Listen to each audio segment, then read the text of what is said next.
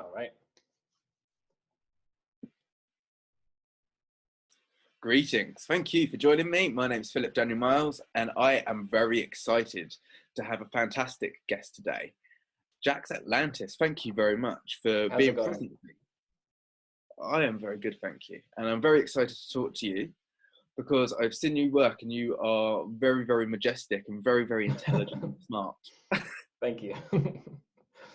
Yes, but you're triple Libra as well, and I'm a double Libra. So I'm being quadruple Libra. Oh, quadruple. Yeah. I'm being out Libra'd. I mean, by 2. I mean, it's not a competition, but I'm twice the lead. No, I'm just joking. I've got a South Node in Libra.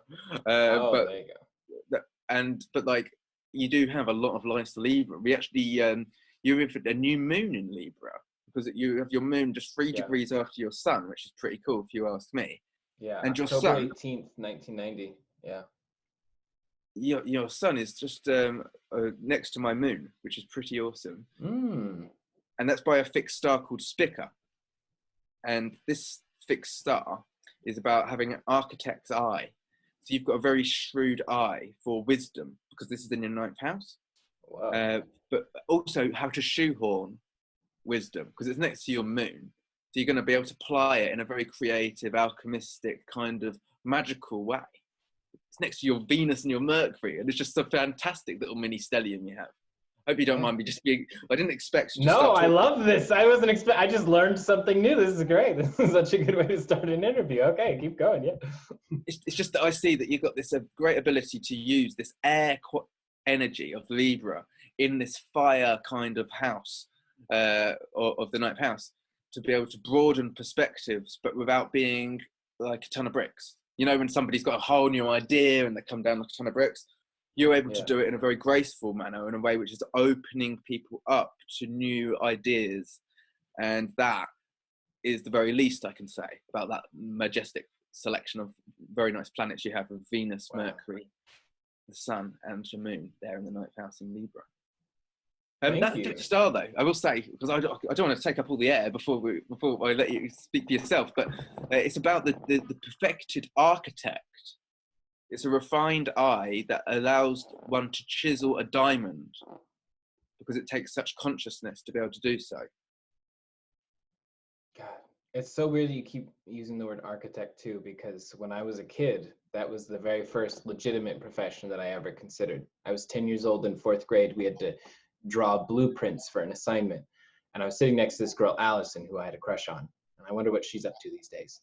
But I drew out this blueprint for what I considered the perfect castle, because I wanted a castle really bad. I still do. To this day, I still desperately I am seeking my castle. Once I have a castle, I'll feel like I have it all. But anyways, so I drew out this blueprint and I got passionate. Like, I was so lazy with my homework and stuff in 4th grade. But this one assignment, I spent extra hours at home doing it and all this stuff. So it's interesting because now that I think about it, what I've gone on to do is absolutely, it's about the architecture of spirituality, specifically the architecture of and it's just like the way that you said it too, which parts of spirituality are applicable, which parts fall into a more dogmatic category, what things can be removed.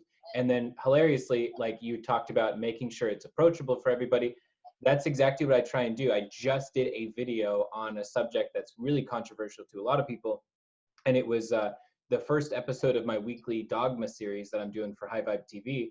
And it's called Is Meat Murder? And so I don't take a hard stance on, you should think this, you should think that. Instead, what I do is I look at both sides and I'm like, let's be real about what we're actually applying in our real life rather than just the words and ideas that we, philosophize, because it's so easy to talk about truth and justice and right and wrong and all these things in such hard, ways. But in reality, is our life reflecting our beliefs or is it not? And so that's something that's on High Vibe TV. It's also on my YouTube as well. That's so cool that you can share that you are able to be the epitome of that stellium in the way that you create as well. Thank you. It's a grand example because the Mercury energy will always show these both sides of the coin, and you're able to bring it down to earth in a grounded perspective. I love it. I appreciate that. so when it comes down to being an alchemist and sharing these ideas, it's very powerful what you share as your gift these days, to be able to do that for people, because it's a bit like being a midwife, to be able to share these concepts with people that might be, come on, they're kind of like new. They're like, not everybody knows how to bring out these occult taboo subjects. They're not new, they're original, but they are kind of obtuse. They're of the Aquarian nature. And so how can you make it fit? Well, it's by being gentle and by seeing the other person. And I feel that you do this, you're able to relate to everybody on various different levels, because you're able to meet people on their level. Thank you. Yeah, no, one thing actually that's another big, you're just like, so it's funny with this interview, what you've done so far, you're talking from the point of view of a lot of my goals, actually, a lot of the things that I really aspire to try and do. I actually specifically was just saying the other day, and I have always done this, but I had never consciously put it together that that's what I'm trying to do. I want every word that I ever say about the occult to be immediately understandable and applicable to someone who's deeply religious, someone who's an atheist, whatever. I talk from the point of view of an atheist so much that people a lot of times assume that I don't believe in God, or they assume that I'm like a secular spiritualist, someone who does believe in a divine force of energy, but does not believe that it exists on some conscious level. But for me, my belief system is it's kind of a bizarre one. It's like, I'm pseudo polytheistic, but like I'm conceptually polytheistic. It's not so much in literal, Odin and Shiva and all these different gods that are up there in the clouds right now. More so the concept of them is something that does exist because it exists through certain templates in mankind's unconscious as well as their conscious. So, and that's why we repeatedly make the same myths and stories and all these different things. So they exist even if they don't, because they might as well, because in applicability they do, So yeah, that's how I look at it. Yeah. Well, let's plow into that then. Yeah. So basically, if we are getting hooked into a myth or a rhyme or a story that's told before, even a habit, just the old habit of kicking your shoes when you're a little kid, and like, stop kicking your shoes, pick your feet up so you can walk properly. Whatever it might be, picking our nose, or if it's something more serious, it doesn't matter. Basically, these are things that catch, a bit like if you have cogs on a wheel, and if the cog fits perfectly, like a jigsaw piece, you're going to catch onto it, a bit like a barb will catch onto your sweater or whatever you're wearing, a hoodie. So how can we stay anchored with these kinds of things, or do we need to? Because I find that there's a lot of exploration about these kinds of things right now. We have much more awareness coming into major points in time which are recognizable, or repeated bottleneck scenarios like we kind of can recognize, even though they play out with a completely different landscape. They pan across the whole land, and so we kind of can recognize a similar theme for sure, and a feeling, notion across the ocean. Yeah, so how can we stay anchored? So that's a cool question. Yeah. So one, can we stay anchored? And two, is staying anchored something that's difficult for people? I would say, first of all, absolutely we can stay anchored. And I think that if you're honestly assessing the archetypes, you're honestly assessing astrology, you're honestly assessing tarot, staying anchored will actually be relatively easy and encouraged by the path itself. So the moment you recognize, oh, so the magician is kind of like this archetypal one energy. It's like this raw potential. Oh, two, high priestess. This is the coupling of a separated force from the original potential, strategy with the raw potential, etc. And then three starts to move things into action. Like the more you start to get into that, these esoteric concepts become something that's actually, you literally can see examples everywhere, and that's very grounding. But for me, I was incredibly ungrounded, I would say, the first 25 years of my spiritual journey, because for me, I treated it as an academic type of journey. I treated it from the point of view of, I was trying to figure out what was right, who said what first, and who seems to be logically correct, and all this different stuff. And eventually the time had to come where by releasing that concept of like that there's a correct, by releasing the desire to control and to find my way to the correct answer, it freed me up. And ironically, so many more questions for me feel like they're answered, even though I only have more questions than they do when I was answering the original questions, like, or when I thought it was. So for me, it's like very anchoring if you feel your way, not just think your way, you know, to allow both to work in harmony together. Yes. Yes. I love your description and your experience. Thank you. Sounds very rich. So when we notice that we are playing out certain themes, we can say, okay, well, this might be something from a family lineage, or this might be something from even just a timeline that is in our subconscious as a collective. But the way to know not to feel the dogma is to say, actually, it's these unthought beliefs due to experiences that maybe we had felt shame or even been punished for, or even had a horrible experience, like we might have died in another lifetime because of a certain experience. So we act in accordance to, I've got to do this way, or I have to do this that way. But as you stepped out of the look for, as you step out of the look for what might be correct, Right. then we're looking, when we've been, we only know what's correct if we've been corrected. And yet there is only determination. We've got freedom. So it's almost about the way to become anchored, as I called it, is actually to unanchor ourselves, to become in surrender. Yeah. Because these things are going to go. We're going to get to the next familiar thing. We're going to get into the next familiar thing. It's all family. And so it's about actually seeing that we're creating division and separation sometimes when we're trying to do what's right. Yeah. Yeah, and it makes sense. I mean, who doesn't want to have it all figured out? To me, that's the biggest difficulty with mankind and spirituality.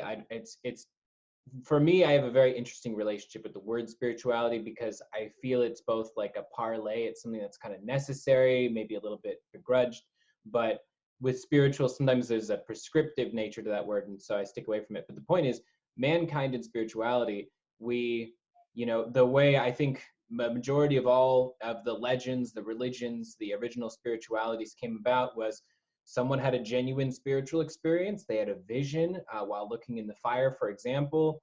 And then so they try doing what humans do. We try to figure out the rest. And so we say, okay, well, I don't know where that came from, but it came from the fire. So maybe like God lives in the fire. And so there's like a fire God, and he probably is what created all this. And he comes up every day, you know, as the sun because, you know, he's the great fire. And then, you know, the moon must be like his enemy because they chase each other. And so we build all these mythologies and all these ideas based on one very genuine experience. And I see that happening nowadays as well. You know, people will channel something and then they'll express it, which is great. But sometimes they'll express it as a fact. They'll channel something and then say like, oh yeah, well, these beings came from this dimension, as if like that's something that's been recorded on paper, as if that's something that there's some sort of analysis or meta-analysis done that proves indeed these beings came from that dimension. But the thing is, I think we're way better off when we don't try and have it all figured out, where we allow ourselves to experience those moments, those genuine spiritual happenings, and then to allow ourselves to keep flowing through and keep letting these things happen. And when we step immediately into the conscious and say, okay, I got to, you know, sequester this experience. I got to figure it out. Where did it come from? What made it happen? Is it because of my bloodline? Is it because of this particular thing? Was I haunted? Do I have dark energies? And all these questions we try and ask ourselves, when in reality, we need to spend more time just observing the fact that we asked the question, you know, or just observing the fact we had the experience. Let yourself feel your way through it. That's, you know, that's been my whole thing. Because for me, as a, you know, I've always tried to think my way through everything. And the last, you know, 5 years has been all about saying, no, I'm going to try feeling my way through this. And the hilarious thing is, even though feeling seems to be less efficient, it has led me to so many more what I feel are answers. So, you know, that's something that I definitely suggest people just try it out. If you're a natural feeler, then try thinking your way through some of this. And if you're a natural thinker, then feel your way through. That's very cool. Very apt. I like that a lot. I encourage a lot of people in my message to say, feel your way through it. But I like the way you apply that to say, if you're a natural thinker, feel your way through it. But if you're a natural feeler, think your way. Because that's the application of finding equality. That's the true alchemist. I love it. So it's not dictational, it's not arrogant, it's not doctational. It's, well, take it or leave it. Apply it how you need it. Yeah. If you need a little bit of blue, have a bit of blue. If you need a bit of red, have a little bit of red. Yeah. I think the great thing about the feeling, as a serial thinker, the feeling gets that energy shifted, and it means that you're not holding on to the thinking of that same situation or scenario, that lover or that thing. I mean, it doesn't mean that lover's going to disappear because you stop thinking about it. But if you feel through the process and then move on to the next scene, it means that you're not having this be a solid situation that stays with you, almost like it will haunt us if we allow it to, by focusing on it. You know what I mean? Yeah. 100%. And I think that if you look at the alternative, when you have a thinker who then applies only thinking through everything, or when you have a feeler who applies only feeling through everything, in both cases you usually get hyper extrapolated nonsense in one form or another. You know, like the thinker and the spiritual journey who only relies on the thinking probably has memorized all kinds of really cool, what they think are spiritual facts, but these, you know, a lot of cases, these spiritual opinions of other people, not facts. And for those that move through the feeling and then they do everything through feeling and don't think anything through, dogma is just a very natural sort of result of that. That's just something that will happen. In both cases, it almost always ends in dogma. Dogma driven by originally what was empathy, something so beautiful, or, you know, but then it becomes like everyone else shouldn't do this because I feel bad about that. Or the thinker who's like, you know, this is the most logical way to do it. I've thought this through, and on behalf of 8 billion people in the world, I think I have the answer, and so everyone should follow this rule. And whenever we get to dogma, we have problems, because dogma is something that always seems harmless until it suddenly doesn't. You know, dogma has created all sorts of the world's greatest tragedies. You know, not all of them even seem like spiritual dogmas, but essentially you can look at it as a spirituality in its own sense. So for the thinker and the feeler, that they're actually a bit like two different ends of a magnet, or a better way to maybe express this would be, one could be electricity, which is one type of source, and one could be magnetic, which is a different type of energetic source. And so they can repel, or they can come together and create presence and knowledge together by supporting one's particular gift set and listening to each other, or by helping cultivate both of those gift sets within one being, right, by being able to, as you say, alchemize purposefully.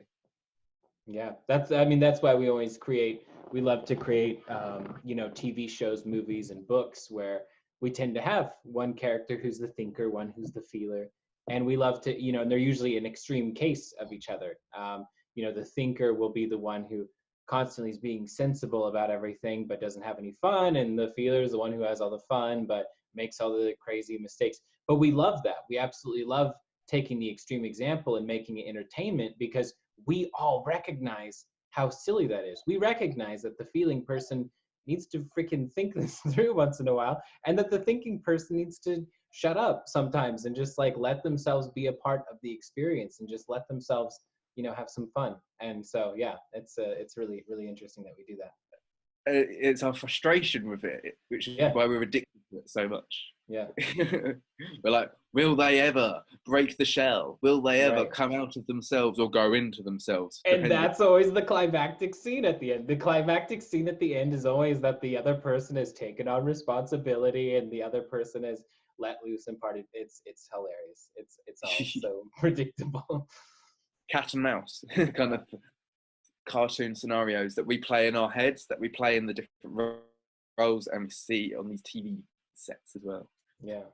So can we go back and say, so what was it that you said you spent much of your journey as a thinker, and what was it that got you thinking originally, Jax? So what was it that first tickled your curiosity Or was it that you were growing up around people who were big speakers and big ideas, or was it like your schooling? What was it that triggered your inspiration? Yeah, so I guess that's probably where I get into my backstory a little bit. So I'm a Libra with Aquarius rising, and I have an Aquarius mom and an Aquarius dad.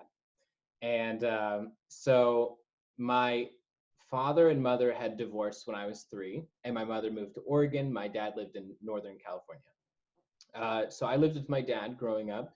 He was a part of the Jehovah's Witness religion, and some people argue whether this falls in the category of religion or cult. To me, for most of my time, even after leaving, I considered it still a religion, never a cult.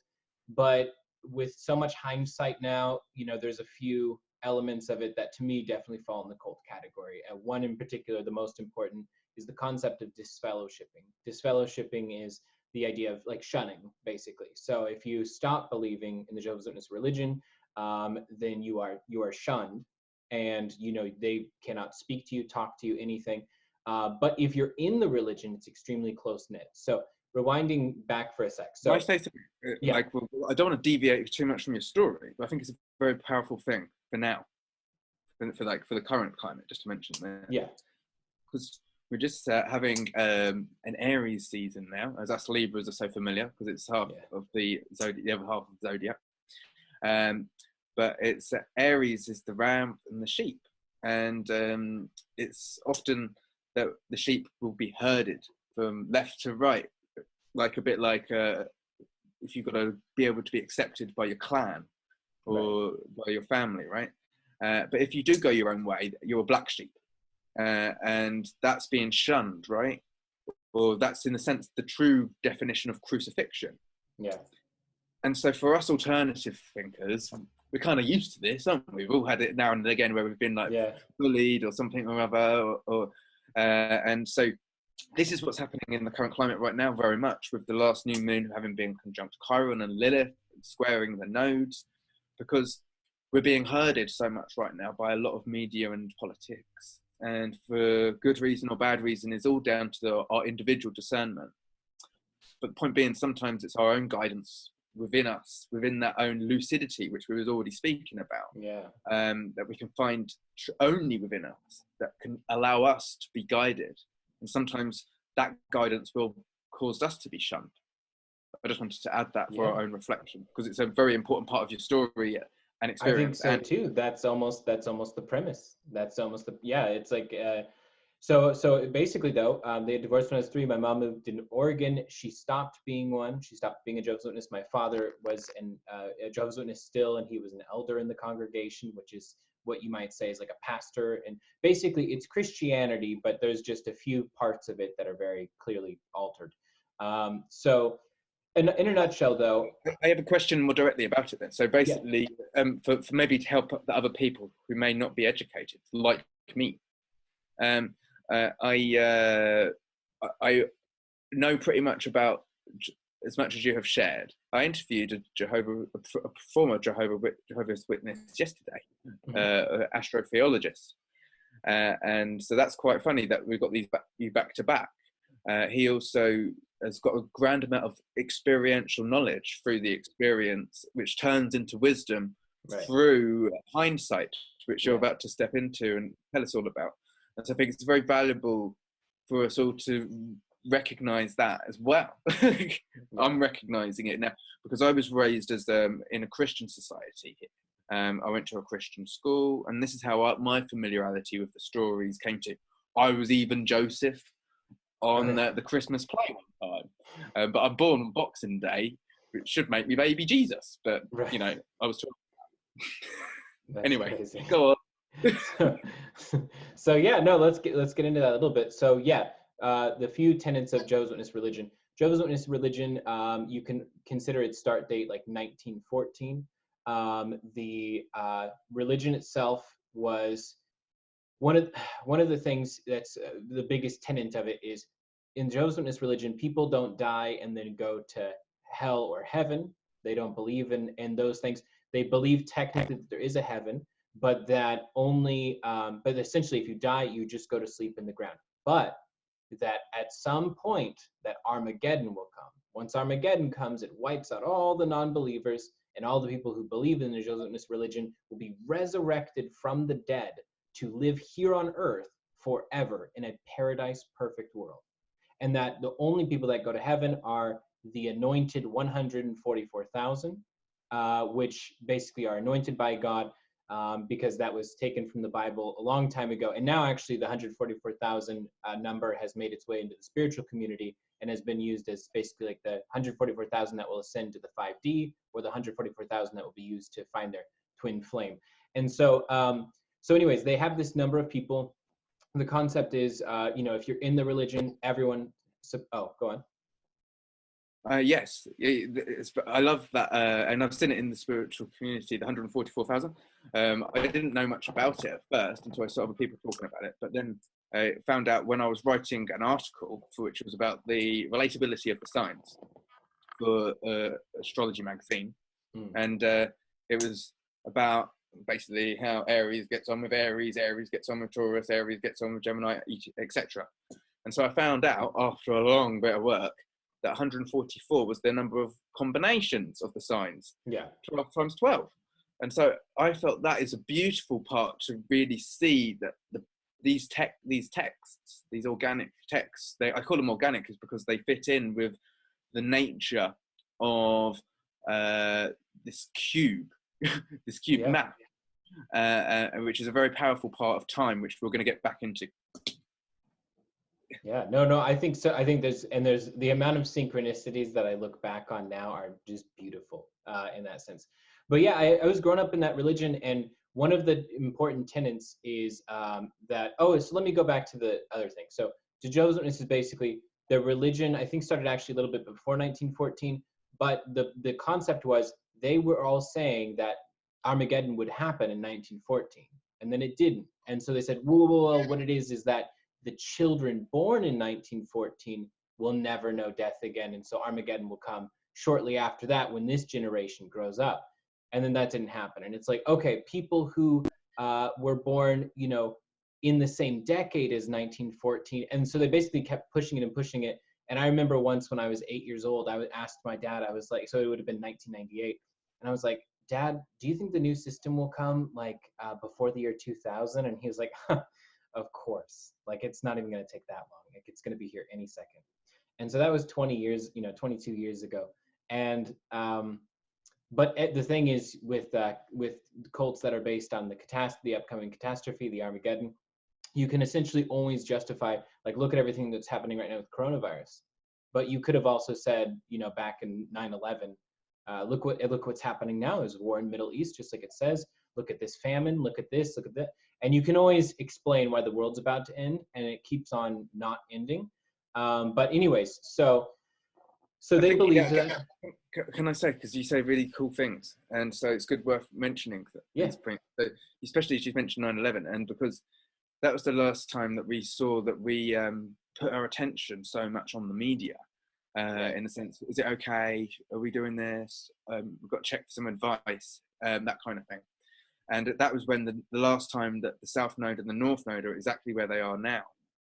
Yeah. And so we can find that these similar types of things, that was also when SARS was going on. And so similar kinds of things repeat. I mean, I've seen it in culture as well. I watch professional wrestling, and John Cena kind of started out back then, and he's making a return now. And he actually has Pluto square the nodes. That's funny. Well. Yeah. It's crazy.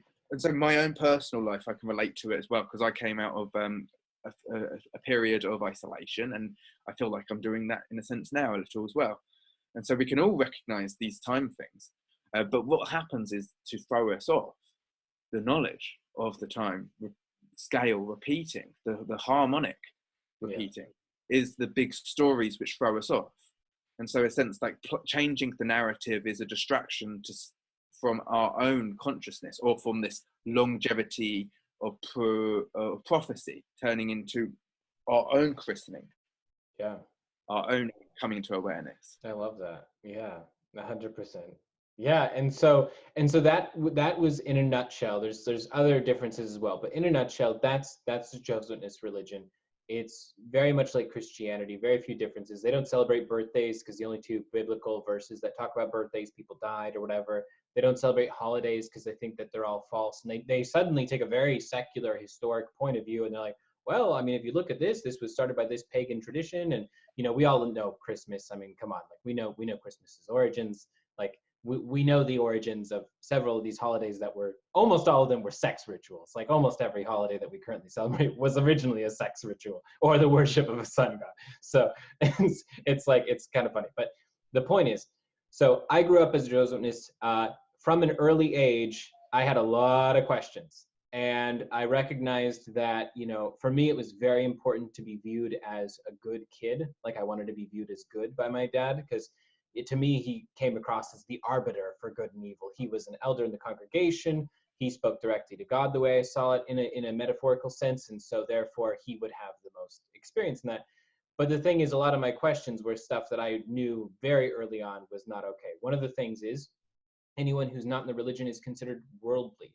What that means from the Jehovah's Witness perspective is that, they can become a Jehovah's Witness and they can change their ways, but unless they do, then they're not guaranteed anything during Armageddon. They're not going to make it. That people who are worldly are far more likely to lie, cheat, steal, be physically harmful, that they are in a way more sinful inherently by not being in the Jehovah's Witness religion. So I viewed the rest of the world that wasn't Jehovah's Witnesses as outsiders for the first 15 years of my life. But luckily, that was one of the very few things that I had like a really strong sort of secret blasphemous point of view on, was that I was like, no, I don't think that's right, because like I'm looking around at some of these other people and some of them match that description. Some of them are mean and like all this different stuff, but there's some of them that like radiate kindness and they're worldly, and therefore I don't think everyone who's worldly is like that. So that was going to go on to be a huge part of my journey, but I wouldn't be allowed to play with kids that were worldly. I wouldn't be allowed to talk to them after school, any of that stuff. So very culty in that sense too. If you look at the bite model, what's that? That would really be the great observer's eye, to be able to witness other people's character as a Libra, and to truly see the observation of these people and how they conduct their own manners and action themselves. I was obsessed with analyzing like people when I was a kid. I always noticed that. I remember I would look at, there was things people would say, and then there was the things that they would mean behind it. And then there was this third level of like things they didn't even know that they meant. And that, like, I would love to hang out with adults when I was a kid, because like with the other kids, they were just into whatever they were doing. They were just in the present moment. They were just doing whatever. And to me, I was like, ugh, that's like, whatever. Like I want to see like what the adults are saying. I want to see like what they mean by it. Like I just wanted to study, So, but anyways, so it was really funny. So I was definitely, that was always my thing as a kid, was analyzing people and understanding them. So as I'm growing up, I start to feel more and more like I'm this heretic, even though as far as like what I'm doing, like I appeared to be like a total golden child. Like I would read the Bible every day. I would study it. I would pray. I would do all the things so that I would appear as like, that I'm following the things. And then I would space out my questions over weeks. Like I had a ton of questions when I was a kid. And so I would space them out because I knew if I asked too many in succession, my dad was going to be like, this kid's, this is blasphemy. And even still with spacing out the questions, it didn't help. Like, I'd be like, so in the story of Job, like, it feels like God kind of authorized the murder of like all of Job's family to prove a point to Satan, which he didn't have to prove because he's God. And so like my dad did not like that conversation at all. He was, so basically though, he became more and more suspicious that my mother, who was worldly, was influencing me on the rare occasions I would see her. I would be able to see her on summer break and then Christmas break. Those would be the 2 times a year I got to see my mom. So, and the other side of my family. So my dad kept assuming that these questions that I had, that I was forming, were from her, that she was influencing me, and that, eventually, like I didn't have to, but that I should stop seeing my mom at some point. Like, you really gotta, I was about 10 when he started introducing, like, one of these days we're gonna wanna stop going to see your mom. Like I can't make you do that, but like you just, she's worldly, you're Joseph's, so like you can't do that. And so that started this like supreme break in my psyche, in a sense. Like it started to create this division between the person I was intentionally appearing to be all this time and what was really going on behind the, you know, behind the surface and behind all that. And it was just a matter of, you know, I started to question more. I started to get more and more confident. It was so difficult because every time I never, ever wanted to be disrespectful as a kid. That was one of those things that was very ingrained. One of the positive things about Josephist religion, everyone's polite.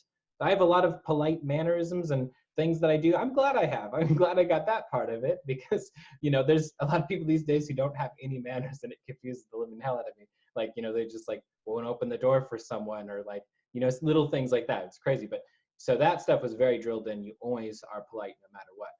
But so eventually the time came when I was at my mom's in summer break when I was 14, and then I played with tarot cards for the first time. And oh so, wow!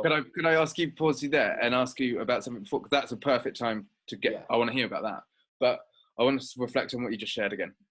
So you said a very heartfelt thing, which is about like the pressure of being ripped apart with the division in the family. This happens. So many people can relate, right? This can be very painful. And you said it in a very descriptive way. I can't remember the actual word you said. It was like a split. What did you say? Yeah. Not just a split of the parents, but a split of the brain, like in a sense. Like a split in my psyche. Yeah. Yes, that's the key. So basically, we have these different parts of ourselves in our brain. One of them's introspective and one's outrospective. And so one of your parents is advocating for one, and one of the other parent is advocating for the other, and the belief systems and the way that they lead their lives. And so in a sense, our society has had this exact same two pressures. And in fact, there's been not much attention at all put on the spiritual inner, or knowledge or wisdom given to our inner reflection. It's all been on the outer. But the problem is that it causes a bit like when you do a wishbone. It's like it's, as you said, you splits the psyche. What we are here to do in our healing journey is to wire these parts of the brain together, or to weave them together. Yeah, exactly. That's what we do in time. And so, in a sense, you lived out the experience. You're living out the healing journey and gaining the wisdom and the substance, as we each are, as an advocate for bringing these two different thoughts of experience or thought and feeling together, this wisdom of introspection and outrospection. Yeah. I'm loving your story. Thank you, man. No, I love that analysis too, because I mean, that just inspired me to put something into words, which is if the two of them can come together, you become more immune to dogma. If they genuinely come together, if you're allowing yourself to really think about and really feel what it is you're feeling and going through, then it's difficult to adopt dogmatic views. But when they're split, it's very easy. When they're split, when you're divided in these two directions, it's very easy to take on a dogmatic view because then you have safety and comfort. But so when I was 14, I went to my mom's for this one summer vacation. I had tried tarot cards. She had gotten them at a garage sale. And something happened. Oh man, something happened. I literally, the experience that I had, the feeling of them, it felt so familiar. It was like putting on gloves that just fit perfectly. It was like something was right. And it was something deeper. Like the images, the feelings, the connections to these things, it all harkened back to something that I don't remember in this lifetime, but it was just, I felt it, I felt it from before me is the feeling. And it's like, so I played with them all summer and I started, reading and researching these different things. I'd always been interested in spirituality and magic because I would write short stories and poetry and stuff about it, but I would always have to hide them between my mattresses because they were totally sacrilegious as far as talking about magic was something. Can I ask the questions? Which kind of things would tickle you? This is so interesting. I've not had this conversation before.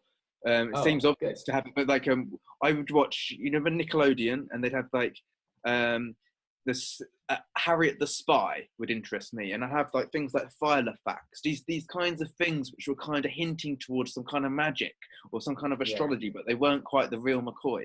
What was it that you were attracted to as a child, which was similar? What was I attracted to writing, or what was I attracted to watching? Well, what kinds of things? Say you were playing with a compass, or as you're playing with talismans. Oh, it was, so when I was really little, it started with animals. It was always this feeling of bizarre community with them, feeling like, that I could convince them to find peace with each other, but it was like a very empathetic thing at the time. Didn't feel like it was a psychic anything. So I would like catch frogs and snakes and lizards, and I would put them all together so that they could become friends. And that, as silly as this sounds, when I was like 5, or when I was like 6 or 7, I lived in Redding, California, so they were raising up buildings everywhere. So it was expanding as a city. It had always been a small town with nature everywhere. So there's something in me naturally that hated to see this concrete and metal being put over the beauteous landscape. And so I actually wanted to get the animals to join together and then fight the humans. No joke. I wanted all of them to band together to fight humans to stop construction. I don't know how I thought that was going to work. It must have come from Power Rangers or something, or not Power Rangers. What is it? Captain Planet. Captain Planet was something I'd been watching at the time. But as far as magic and psychic and stuff, to me, it was always stories about magic. There was just so many in my head that wanted to get out, of people who were magical from birth and people who gained magic. That was always the thing that was repeating in my stories, was there would always be someone who was natural at something and someone who had to work really, really hard for it to find it. But it was the concept that magic was always a connective force. And Can so, I ask you questions about yeah. this point now? I feel like some of us are born with gifts, like how you said you had this familiarity with the cards and the stories, and others. But the thing is, that can be a gift or like a skill set which declines if you don't practice it, or it can build like a muscle.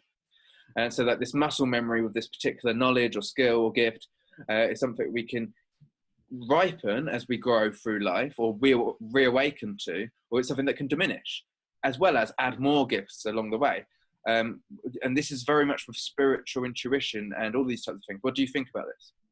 That's interesting. As far as that point, I agree with muscle memory, but I don't agree with muscle. So what I mean is, like, I definitely agree that you can, when you're vibrating in a certain state of, like, we'll say alignment, right? So you step into alignment. What does that mean? Well, it means that suddenly you get really honest in your life about everything that you're doing. Like, your words match your actions match your genuine desires and things that you're really, truly trying to do. And you're in a state of kind of bliss that comes from that. And to me, the psychic gift is incredibly pure in that state. So it's like, it's perfect when you're in alignment. The littlest white lie, the littlest moving out of, your actions misaligning with your actual intentions and things like that, that starts to take you out of it. So to me, I personally believe that it's not something that grows. It's more something that, like muscle memory, though, you can get, it gets easier and easier to get back into alignment after you've gotten into it a few times, because usually alignment originally comes from you hit rock bottom, you have nothing, there's nothing to lose. And then so you kind of get yourself into alignment, and then everything flows in abundance, and you get used to it, you get comfortable, and then sometimes you accidentally start to go back to your old ways, and so you have to kind of correct yourself. When you do that, though, I believe getting into alignment is like equals perfect psychic gift. Like, to me, that's how it always feels to me. I'm just adding on to your analogy, and a bit like if you was on like that Black Mirror where you've got a cycle all the time. He's always on that. Oh yeah, on the, yeah. You've got to keep it at like 20 or 30. If you drop down, or maybe if you're born and you're going up to 15, and you've got to get it up to 20 so you can start receiving your gifts. There can be certain experiences that we go through, or certain transits or timings that we wait to open up and to like come into our full awareness of our potential with certain things. Yeah. But like, I see you've got the South Node Jupiter in Leo. Yeah. Which is like bringing you, and it's in the 7th house. So it's bringing you this very spiritual, intelligent opportunity to broaden wisdom and to kind of close down perspectives which don't work for yourself and for others. You can hand people the opportunity, the gift of presence and closure to wisdom, which is just kind of not useful. Yeah. Because it's the South Node, which is closure, endings, and packaging it up in a way which is a bit like when you get your belly button thing cut and it ties it in a knot and it's all healthy. Oh, yeah. It's a bit like repackaging it and tying it in a nice fancy bow. That's funny. Yeah, no, I feel that. And all of this goes, so yeah. And so in my journey, so shortly before the tarot thing, actually, I had my first mediumship experiences. And so that was something that we'll probably circle back around to. mediumship was the craziest thing before tarot, but once I had tarot, it felt like it was intentionally stepping into that realm instead of that realm sometimes happening to me and freaking me the hell out. So would So you try reading them for your mum, or would you have friends yeah, around? so I read them for her, and she had basically showed me it, and I immediately started studying. I got into it because before that I had been studying only the Bible and then secretly writing these blasphemous heretic stories to my. I've got to say, when you first saw the cards, I know you told me a little bit. You were like, "Hey, this feels great." When my first experience of the cards, I was a bit like heebie-jeebies. I even actually took some mushrooms with the cards, and I was like, I didn't want to be near the cards. I felt a bit uncomfortable because of previous experiences, must be in my psyche, of dogmatic scenarios. Right. Because of being brought in through pagan or Christian backgrounds. I don't know what it was, but I had to acclimatize myself to the cards. So I wonder if you had similar experiences seeing the pictures, having been exposed to the Bible, which is very useful text in itself. But what was your experience with that? Do you know? Can you relate? Well, so I relate in the sense that it was the opposite for me. But I mean, so for me, it was forbidden. It was forbidden. Like I mustn't explore this, even though I had written those stories and tried to think about magic and all this stuff. I would just think about so many things because I wasn't allowed to say them. So I would just think deeply. I would sit for hours and just think on it. But for this, the moment it was the tarot cards, I couldn't look away because the feeling that was connected with the theory that I had had all this time before, this feeling that there was something more, this feeling of the spiritual connection, of the psychic gift, something was there. And of course, you know, like as an eighth houser, like I'm someone who I'm just sort of born into that. I just live in that place. I live in the occult in a way. And it all just started making sense. And with the cards, I felt, even though like they were so old, like, you know, from so long ago, these ideas, that they were like a perfect bridge that connected the different times, you know, time frames, which I know we wanted to talk about time at some point. But anyways, after this vacation and after I'd gone back to California, I was almost about 15 at that point. And, you know, I finally was like, it's time for me to stop living a lie. Like I have to be free one way or the other. I have to live in Oregon because like the thing is like I can either go down this road and pretend the rest of my life to be a Jehovah's Witness and be an elder and be an overseer and all these different ranks or whatever. Because I was like, if I'm in it, I'm gonna go for the top, you know. But like if I'm not, like, but this is living a lie. So I finally had to come clean and was just like, you know, I'm not going to the, you know, the meetings anymore. I'm not going to this anymore. But I was still forced to go or whatever. But it was when my mom started doing a custody battle with my dad. She actually had to go to custody, even though I was 15 at that point. You know, I'd grown to the age of 15. But then I, you know, during that custody battle, I talked to one of my friends who I trusted, and I won't say his name. And I took a deck of playing cards and I told him that you could use them as tarot cards. And I told him, would he be interested? Because I wanted to show him what I had secretly learned over in Oregon. Well, he told his parents and his parents told my dad. And so my dad called everyone in the congregation, like the hundreds of people that I grew up with, you know, like their families. And he told them all that I was practicing dark witchcraft and Satanism and all this stuff. And so after that happened, I was, you know, basically disfellowshipped. For me, it was being removed as what's called an unbaptized publisher. But so that means that I was essentially not shunned technically because I was underage or whatever, but it was like basically being shunned. No one would talk to me. So it's like I lost everyone all at that moment. Luckily, shortly after that, my mom finally won the custody battle and I was able to live in Oregon where I was free all of a sudden.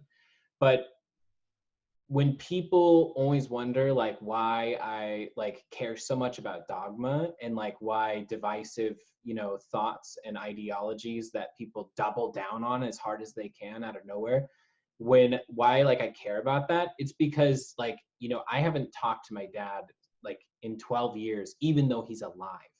And parents are like your parents. Like life is short. We could lose people at any moment. You know, I lost everyone I grew up with from the age of 1 to 15 in a blink of an eye because I had the audacity to have a different opinion. And so the reason I care so much about dogma, the reason I'm doing a series on it now, the reason I fight for this particular kind of spirituality, not telling everyone to go do yoga and meditate and to follow these tenets to be spiritual, because that's the recreation of the exact same thing that I was trying to run away from in the first place. But to tell people to listen to themselves, and by listening to themselves, that they're listening to the universe, and to trust what they think, and to explore and to question everything and to find their answers, and understand that maybe no one will agree with your answers in your lifetime at least. And maybe, you know, in 100 years from now, your answers will be the thing that saves all of mankind. But the point is, like, you don't need to just listen to what everyone else says. You don't need to double down on it immediately because it makes you feel safe in the moment. And so for me, this spiritual journey, after that, the post thing, I mean, I was free. Like, I was able to start exploring anything I wanted. And so I did. Like, I explored all kinds of stuff. I explored past lives, mediumship, the tarot, the general psychic gift, remote viewing, and all these different things. But the thing is, all I had was the template of how to study as a religious person. So I would just read books upon books, and I thought that that would get me somewhere. And what I realized is the more I read, the less I connected. The more I read, the less I was connecting with spirit, and the more I was thinking about spirit and trying to find the code of how to be perfectly psychic. Like, that's what I desired. I was like, not only do I want to be psychic, I want to be perfectly psychic, whatever the max is. And so what I found out is that, you know, there was no perfect combination of chants or words or spells that would just suddenly make you that way. That you, if you were going to be it, you'd have to look for it, and you were going to have to do so in a way that came from like within. And so I was like, well, how do I do that? And so it was finally a breakthrough I made at about 25 when I finally stopped thinking about it. I had had this experience when I was 15, after doing the tarot cards of a past life experience. I just zoned in. I fucking like was there. Like, I felt it. Like, I could feel rain on my skin and stuff. Like, it was intense. So I was 25 and I was like, it's been 10 years since that. Why haven't I progressed? Why have I actually gone backwards? I'm not closer to spirit. I'm farther from it. Like, what book has the answer? And so I tried to do nothing. I tried to let myself fade back into that memory of when I was 15. And then from the memory fade into the past life, you know, like I just thought maybe I could just align and vibrate in the same spot as that memory and recreate it. And the funny thing is, it worked. It was a matter of all these breakthroughs: energy healing, the psychic gift, like general clairvoyance, remote viewing, all these things just flowed the moment I stopped thinking and I started letting myself listen, just listening to myself, listening to the silence, and boom, like it all made sense. And so since then, I've gotten into all kinds of stuff. I got into astrology. Can I pause you? Can I pause you here? I want to hear about all of what you got into, but I need to talk about these three things you've just been talking about. Yeah, no, for sure. I'm going on such long tangents, so go for it. Yeah. It's juicy stuff. Otherwise, I wouldn't want to go through and just like fluff out some of those awesome points that you've been making. So first and foremost, it was tarot, which in a sense got you kind of kicked out of living with your father, which is an emotional scenario to have had to live through. But it's almost like that's a square. That's what gets friction. That's what gets leverage. That's what gets a splinter out when it's stuck in your finger. And in a sense, and this is what's giving you this passion. Look at what you do. You're like you first and foremost you use the tarot as a great tool. And so that's how I first come to know what you're doing, because you were teaching a tarot course of the Leo King, and I was like, wow, this must be pretty good. And so basically, I think that's so powerful as a spiritual catalyst in your experience. But not only that, when you were going and explaining just now and talking about how can I get this notion, this spiritual feeling back, and you were like, I just want to go back to the 10 years ago so I can feel that original feeling. Yeah. And you meditated on it, and in a sense that's very important, because it's not about time. It's about the feeling, as you say. Yes. If we can change our vibrational frequency and put ourselves in our mindset, then we can really change all kinds of things. When I was a kid, I used to have an idea, for instance, and I'd be like, okay, what was that idea? I just forgot it. Well, I had it when I was just around the corner in the other room. If I go back to the other room, maybe I'll be able to catch that idea. Yeah. Because it's not about going back to the same space either sometimes, but it's about the visual triggers and the feng shui that we see. Everything exactly will trigger our minds to remember that feeling, because the vibe will catch. Just like that catch and trigger we were talking about. I feel that. Yeah. So you were saying you got into those of other things after you got and like astrology was the last word before I cut you off. Yeah, no, and actually, I don't know if I've forgotten it, but I had something to say about what one of the things you just said, which was great, which is Oh.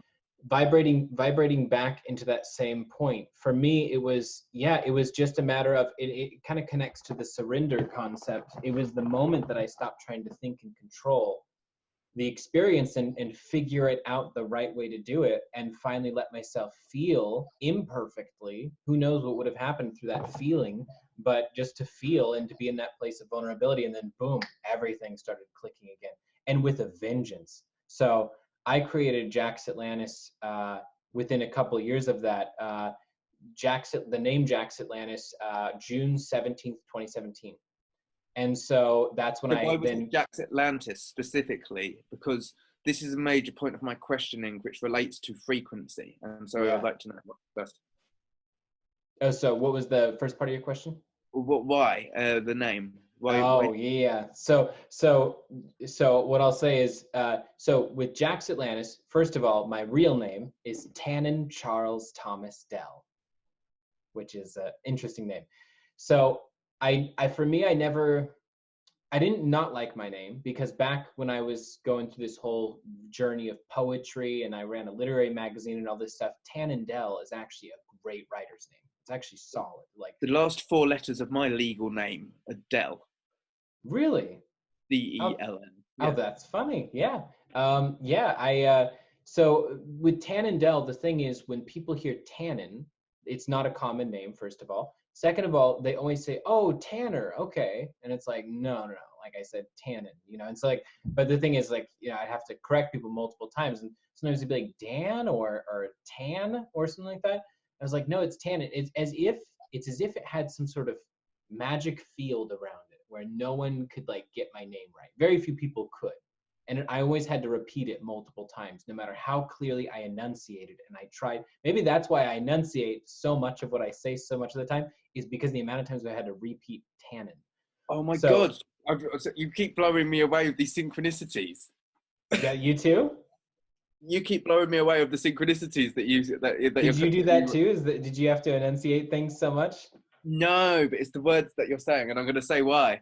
Firstly, I remembered another mispoint of something that you've already mentioned, and that was about in relationship to you being the renegade who would try something different and dogmatic back when you've got the tarot cards, and that was you being an Aquarius rising, right, and you being the Libra, which is bringing in the new energy, in a sense, cardinal.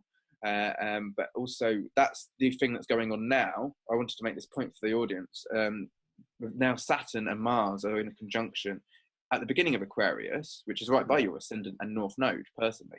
But point being that this is where we're being directed to, because this lunar cycle and where the sun is, Aries, is all about what Mars is doing, and that's in Aquarius now, which is all going our own way, but not in a way which cuts ourselves off and isolates, but that brings us together in a way which is organic and not dictated to. And yet you were advocating for this energy in your whole story. This whole parable of your life, in a sense, is really a great allegory for what is going on now. It's divine timing that you share this, and I'm really grateful for you doing it. And so I wanted to bring that out. And also, the second synchronicity, why I went bananas and interrupted just then, was because you said about, it was about vibration. You were talking about vibration, correct? Yeah. And at the name Atlantis. And so yeah. It's about frequency and vibration. It's not about time.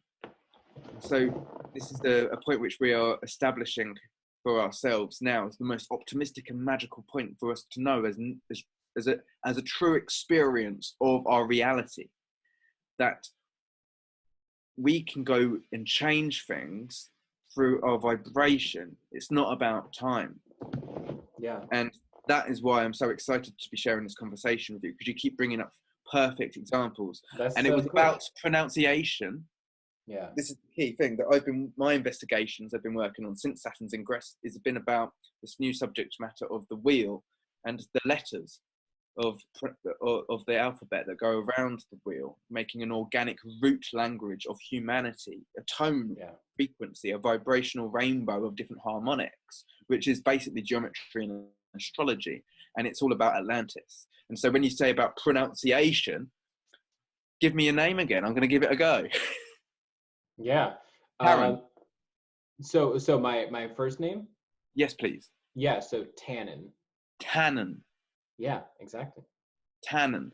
And so when you pronunciate words with the correct harmonics, each letter is the word incarnation, or what's the when you were pronouncing a magical thing? Oh, incantation. Incantation. Yeah. If we're going to say our words correctly, we've got to say it with our whole diaphragm, and we've got to say it with our whole vocal box in our throats. Yeah. So that we can really get the ram of the information and the bull of our neck, that's Aries and Taurus, in full exaltation, so that we can say our words properly. And this is what happens when we sing. So we've got to sing our words out so that we can raise frequencies with every single word that we use and every single thought that we perceive. And so your pronunciation and people saying your name correctly brought me to that, because it so relates to Atlantis. I just couldn't let it slip by. And I thank you very much for your patience when I keep bringing it out. This is the best interview I've ever been. This is the best interview I've ever been a part of, because you're like, I love that you're dissecting a lot of the stuff that I'm saying, and you're going right into the concepts of a lot of these different things. It's really, really interesting.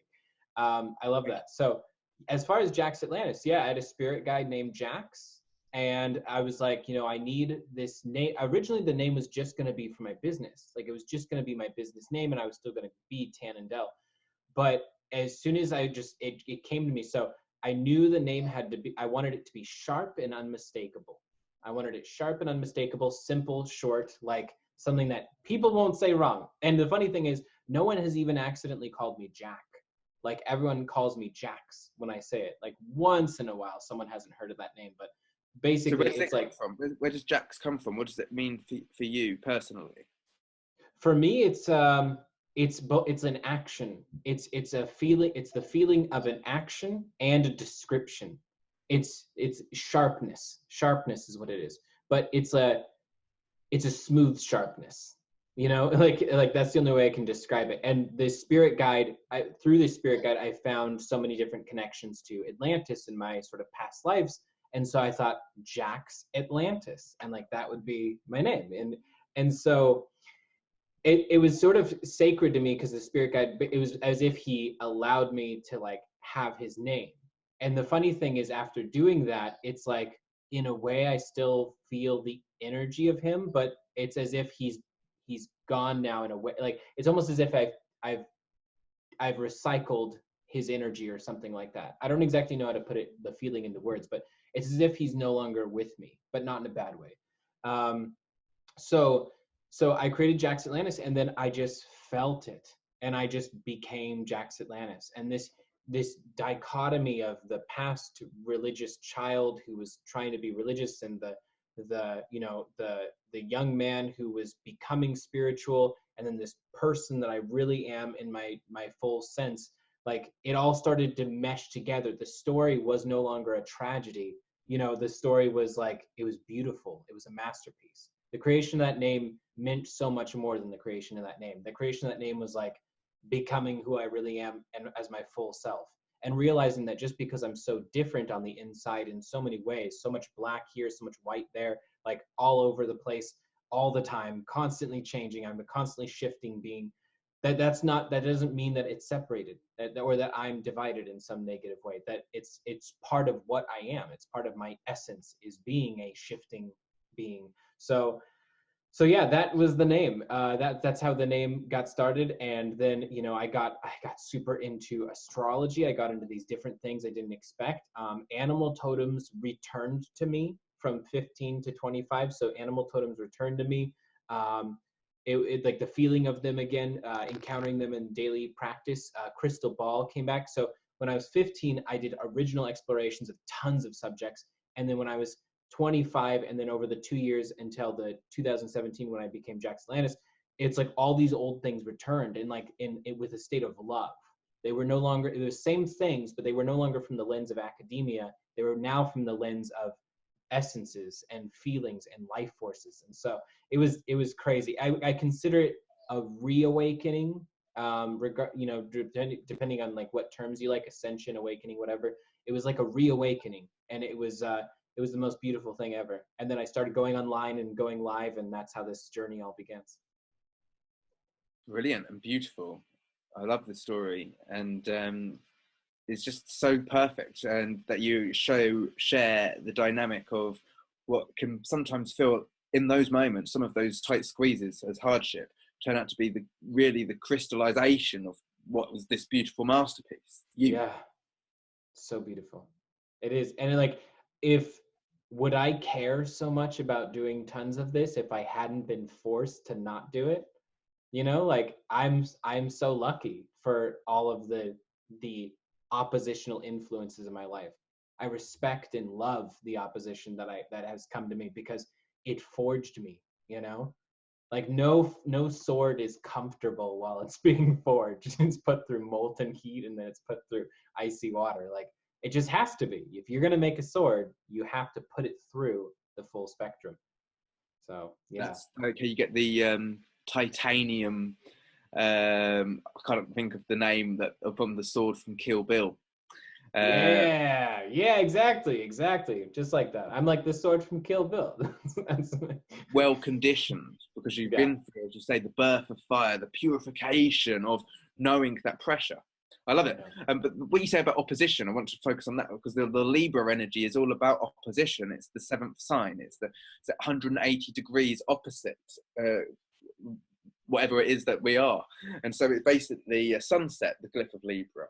It's what we lay our eyes on that teaches us so well. What we put our pupil on is our greatest teacher, and we become schooled by it. And so that's what this Libra energy is about, and you just embody it. And it's so cool to be able to see that. But obviously we are all the archetypes, and so you've obviously got to look everything there, but it's so cool to see that predominance playing out in such a beautiful way as well. Yeah, it's pretty wild. It feels like in a way I am drawn to and can't have enemies. Like, in one sense, I'm drawn to seeking out people with opposing views to mine, so I can look from their point of view, and so I can go back and forth and back and forth and back and forth until I found what it is that I, truly feel. But at the same time, the thing is, when you empathize with your enemies, then they can't be your enemies, because you see people for what they are. Like, if someone cusses me out right now, like, maybe I'll be taken aback for a second, but the thing is, like, you only are someone who cusses someone out because, like, you're fucking, like, devastated inside. Like, you're like, it's such a clear projection. And so it's like, it kind of takes all of the, it deflates all of the energy when you look at the world through empathy. And so even the people that are against me, and they're like, what you're doing is demonic and stuff like that, I'm like, like, I'm sorry that you're, like, trapped by dogma. Like, I'm sorry that, like, you immediately will have to feel this every time until you decide someday to question this. But, like, I would love it if you were free. Like, I would love it if you were free and happy instead.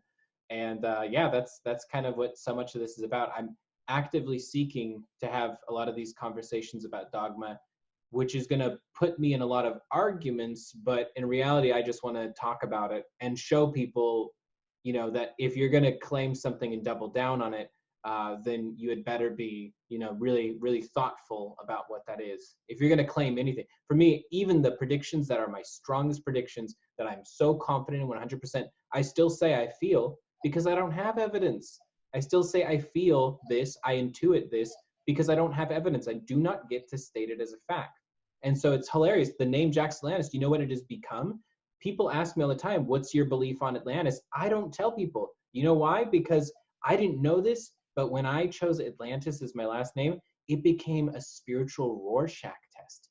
Everyone who sees my name is like, oh, so you know that, like, women are from Atlantis and men are from Mars. Or this other person will be like, oh, you know that the Anunnaki were the ones that populated Atlantis. Or someone will be like, oh, you know Atlantis is in Northern Ireland, or the Eye of the Sahara, or, like, this place by High Brazil, or this place Bermuda Triangle. So everyone states factually what they believe about Atlantis, but they state it as if it's already something that's proven. And then, you know, they point me to all these different documentaries and all these things. And it's hilarious because that's the whole point of what it is that I'm trying to illuminate in the collective, is specifically when we're saying something as if it's a fact just because we believe it. And it's not a fact. And by saying that, it creates problems, even if you're right. Even if you're right, but people believe it because you stated it as a fact, then it's problematic because they're believing it because you said it, not because they believe it and feel it, you know? So that's one of the funniest things. So ironically, I'll probably never publicly say, maybe at the end of my life or something, but I kind of love to keep this going. I kind of love that it becomes this sort of endless mirror room where people all project all this stuff on it. It's awesome. Yes. This paradox is awesome. And so, yes, I want to break down a couple of things that you said. First and foremost, that Libra energy of what you were describing, and then we'll get back to what we were saying with regards to Atlantis. And so you as Libra, we'll just say that you got Libra first house now for argument's sake, okay? Because that's where we would, if we were using your sun as the first place. Right. And you can do this with any placement. If anybody wants to do it, it works very well. And so this means that you have Aries in the 7th house. And so by nature, you're going to have, it would be that there would be a challenge with regards to... challenge of drinking water just a second ago. I spilled it all over myself. Go on. No, it's always good. I like to do that myself. It's nice to have a few drips here and there. So Aries in the 7th house is, I got it. And so I'm a Libra rising.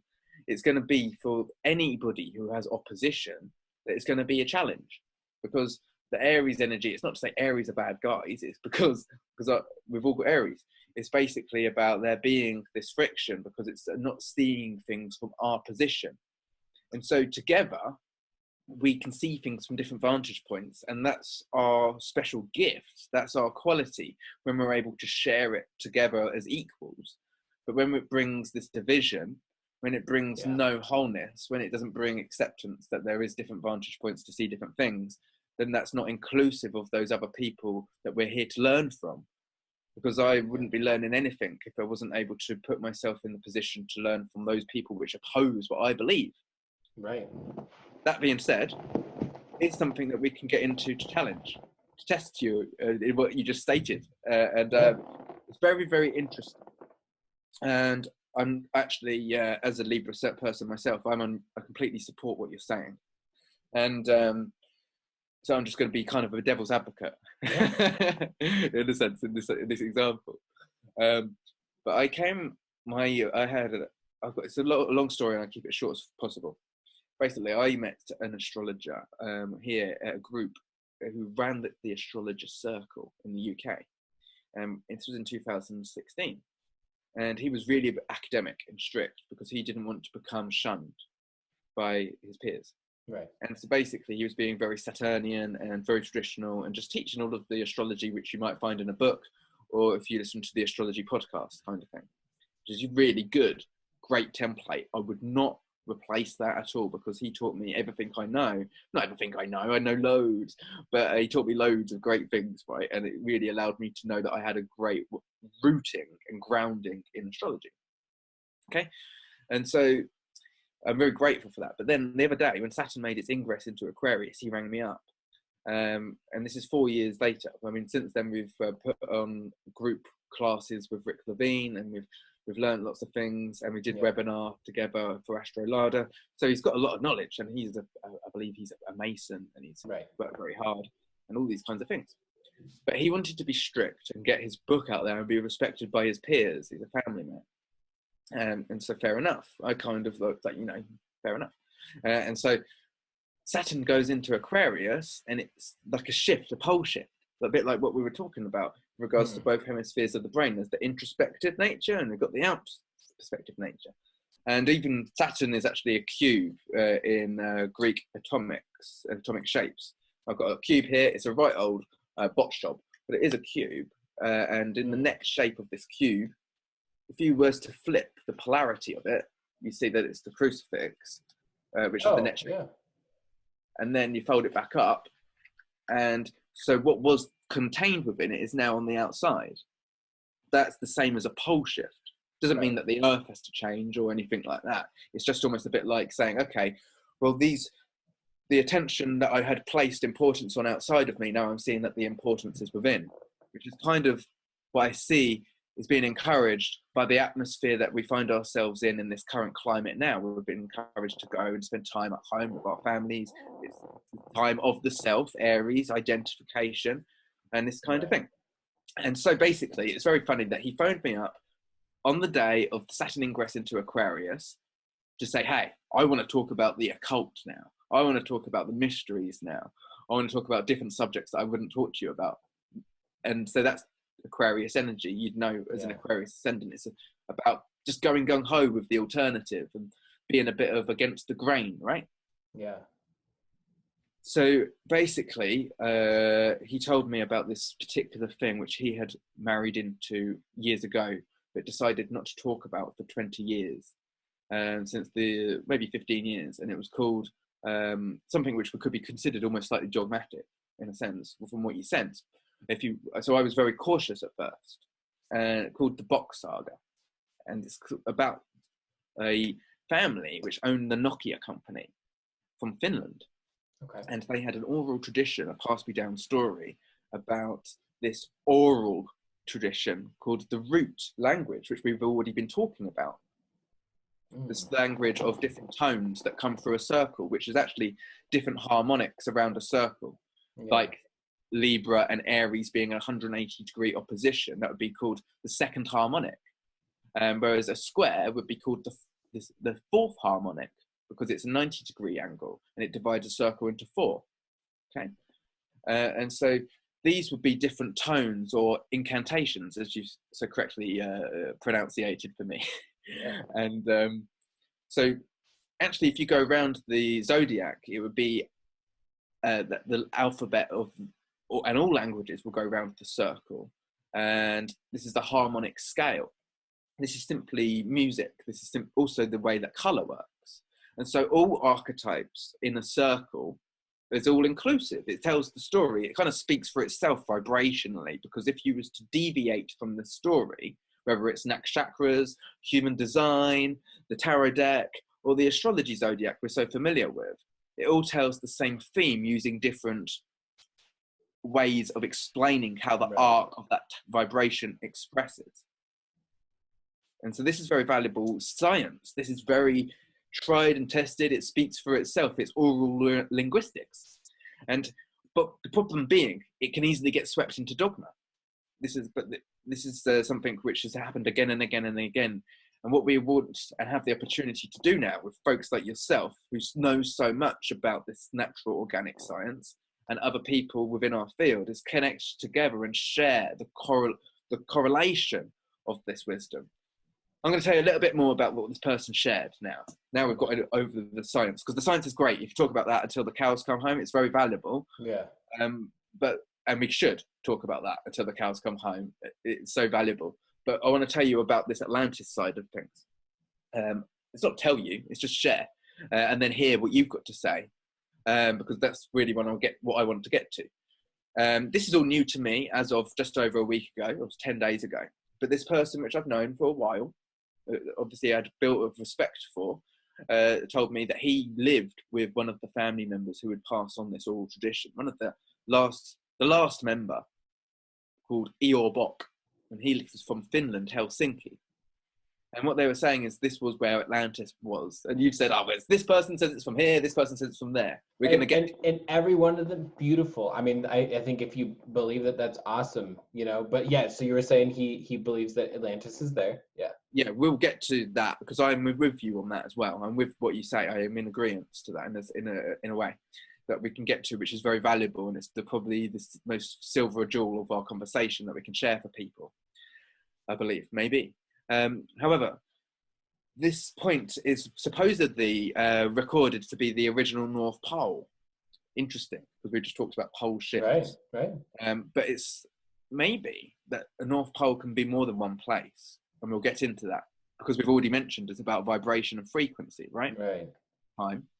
It's not so much a loop, but it can be anywhere. You can get static on this bit of hair by rubbing it real quick.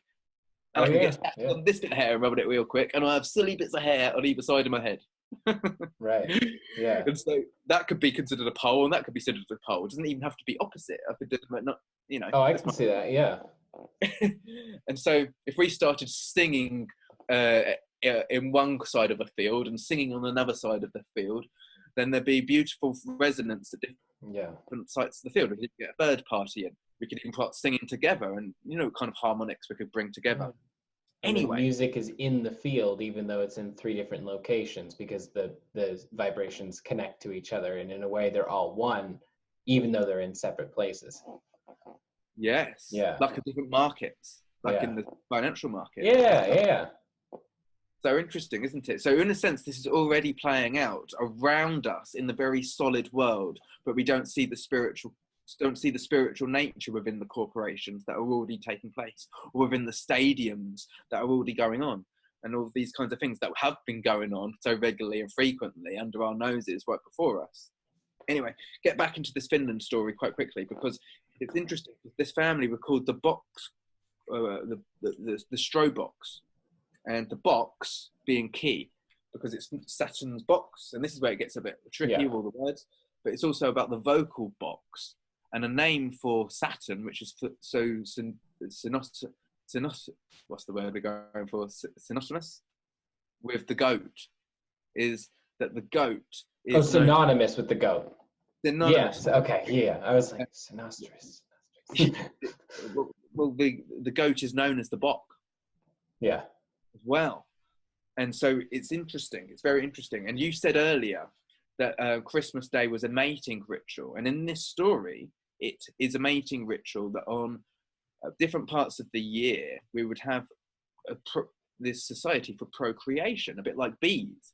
And our women were celebrated, honoured, and the men were respected and honoured. And they had their equal roles in society in this creation story that would happen in Finland.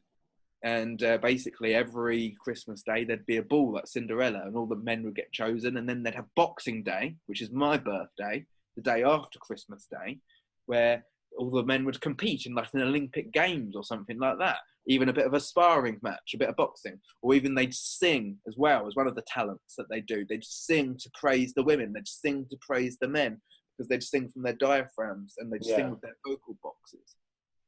And this is all about that ram and that bull. Again, it's all about that pronunciation of the bull, of the ram of Aries, which brings the new information, and the bull of the neck, which is something very valuable, which churns up tectonics, that churns up electromagnetic vortex fields with regards to the pronunciation. If you're using an R, if you're using an L, they create a right-hand rotation and a left-hand rotation vortex field in regards to our pronunciation of the different characters, depending on where they fall on the wheel. Okay, this is all science. It's called trilling, and this is why in like different languages, like in Italy, they roll their R's, and we don't really do that here. We only use half of our vocal box. In English, it's lost its character. And so, anyway, go back to Finland, Helsinki. This is what they were saying. It was actually known as hell, and 1L. And sun, this is before, was the Earth was on a tilt, if you will, because there was no declination, which is a thing of astrology, which is the 23 degrees declination of astrology, which is beyond the path of the sun. When the Earth was straight, there was the sun just going, oh, infinitely above hell. Yeah? And it was twilight all the time. And so basically, this is the story, and it's very deep. And underneath, what they're saying is the buried gold of all of the civilizations, which you may have heard before, right? And it's still there now. And it's underneath Helsinki, and it's the Temple of Solomon. And basically, it's buried under granite rock. It's no secret or surprise. As you say, there's many videos and documentaries about these things. And so basically, that's the story of Finland and the Box saga. They are, in a sense, First Nation family, or oral traditionalists, the bloodline heritage, which may even still be going on behind our eyes in corporations today through selections and secret societies. But point being, this isn't just isolated to that story. I don't want to keep talking, but it could be that other indigenous tribes have Yeah. similar experiences as well, and they Right. feel that they are the center of the vibrational frequency because they've stayed true to themselves and they vibrate organically with the earth.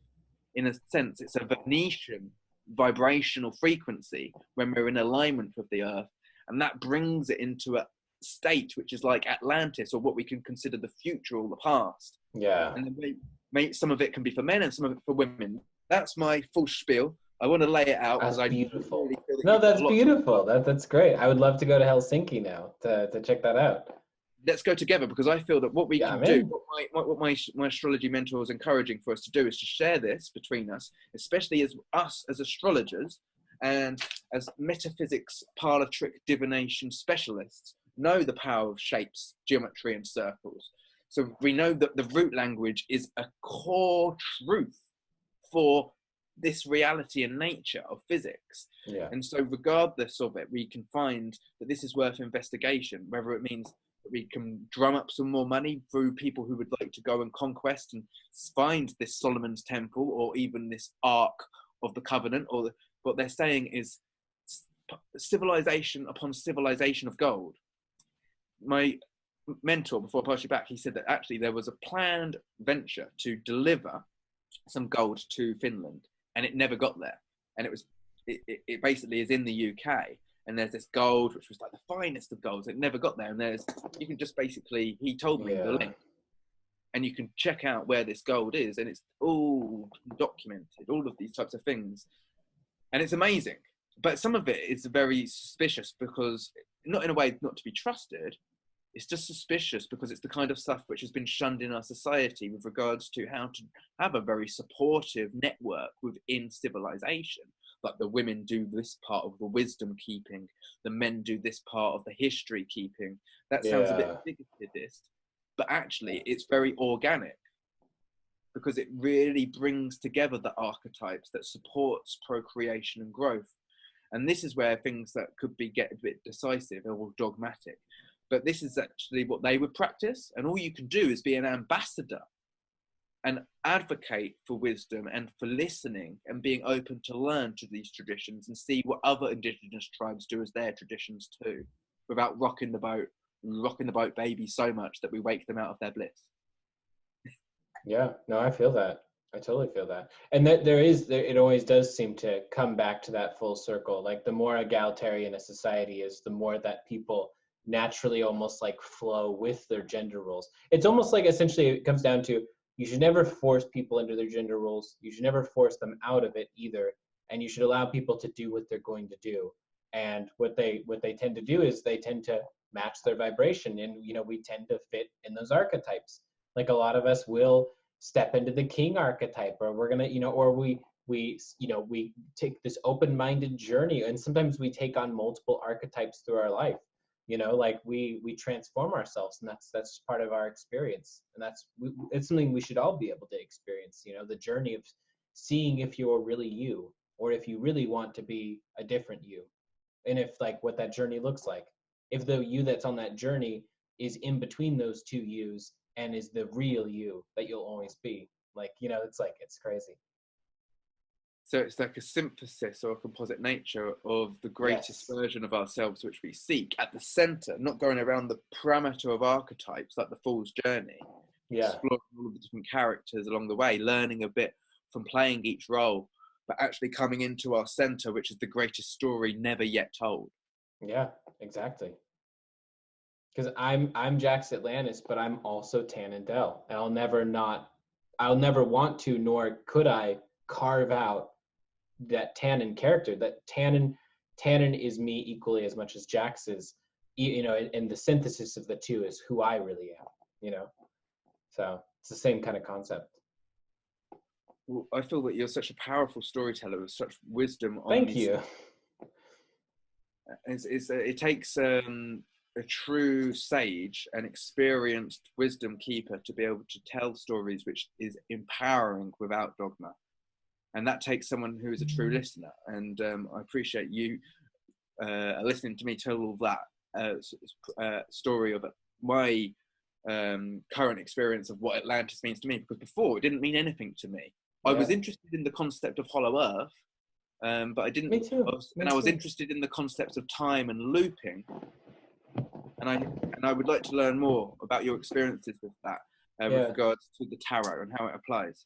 What has other people said to you about Atlantis? What other people encouraged you to investigate? Well, so so one of the really big ones right now, Atlantis. Oh, it's the eye of the Sahara because there was absolutely a time in the time frame that matches up when water would have been running through there. Um, I just got done saying how I wasn't going to give my opinion on Atlantis, but I'll just say one little piece of the mystery that I've never revealed before. To me, the Eye of the Sahara was just from intuition and from visions that I've had and stuff. That was supposed to be like Mach 2. That wasn't the original. But there's other people who believe that Atlantis was in was it Northern Ireland, and then of course there's Bermuda Triangle and a few other places. But it's their origin stories. This is the part where it's crazy. To me, I don't care that we all have different assumptions on the location until one of us has the location for sure.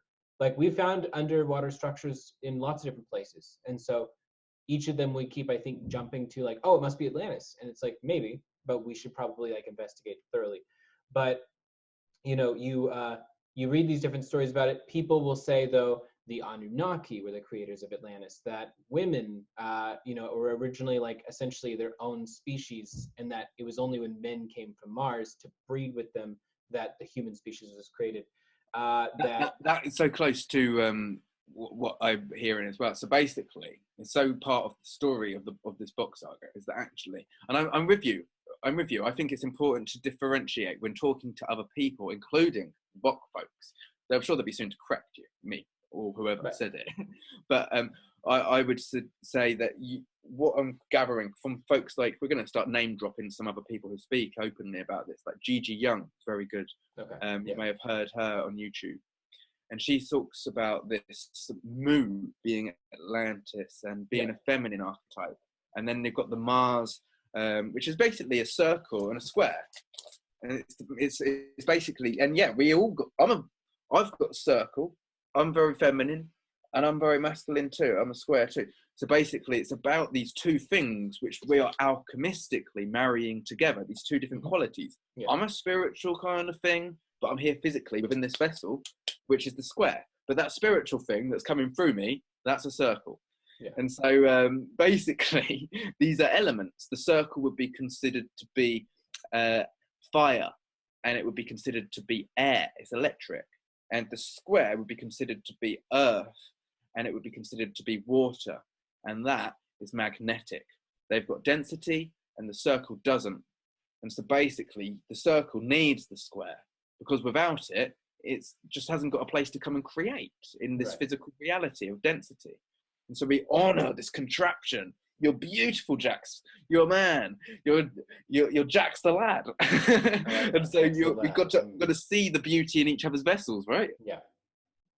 But also we've got to treat ourselves with the right health and to give ourselves a structured home space and society and group of people that we're connecting with.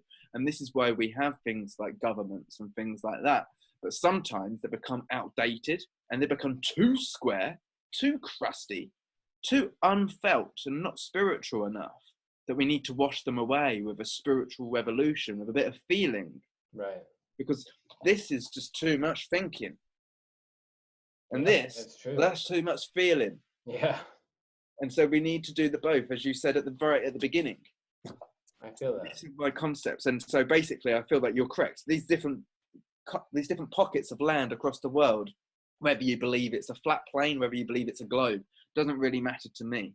The point being, it's wherever we are situated, we have the opportunity to raise our frequency every single day, whether it's with good food or whether it's looking at ourselves in the mirror or having a dance or a sing-song. We're all contributing with our introspection and with our projections. Yeah, that's beautiful. Yeah, I feel that. And hey, I want to go to all the different explorations, to all these different places. I would love to go look for Atlantis. I would love to, to find its physical location, its exact physical location, and find the treasures that are there. Find everything that we're going to find.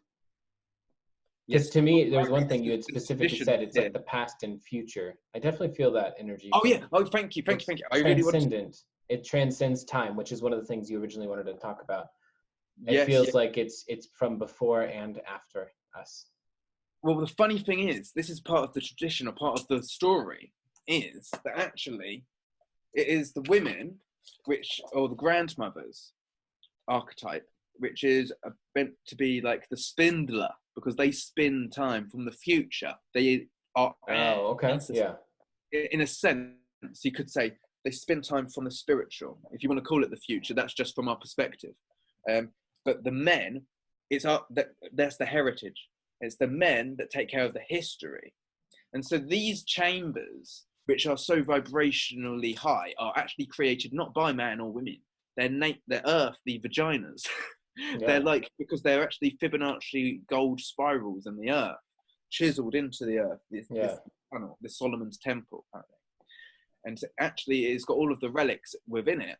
And it's actually the history, and women aren't meant to go in it by nature's rule in this society.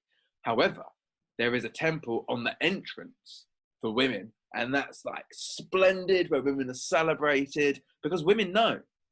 Women are knowers. Yeah. And they know the arc.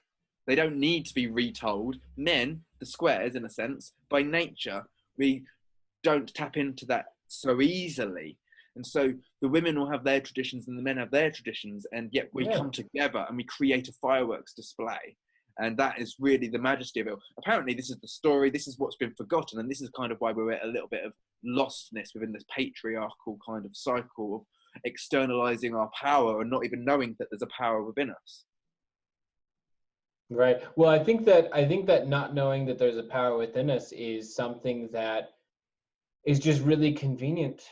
Like if I was going to rule over a society, I definitely would not, in some sort of corrupt way, I definitely would not want them to think that they're powerful. And so I would definitely dissuade them from, really looking into things. I would want them to just go ahead and just listen to everything under penalty of death. And then you can remove that, that penalty of death after things have after people have gotten with the program. They don't even know that there's alternatives.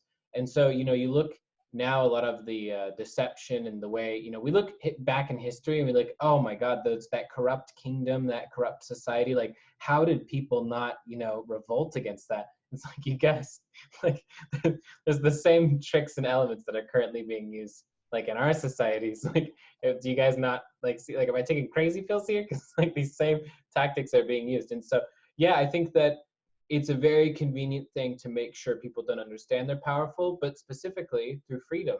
Freedom is the way that people understand that they're powerful, because if there's if you put a barrier up anywhere, you say something isn't free, then you're showing that there's a threat. What would happen if you did do that thing?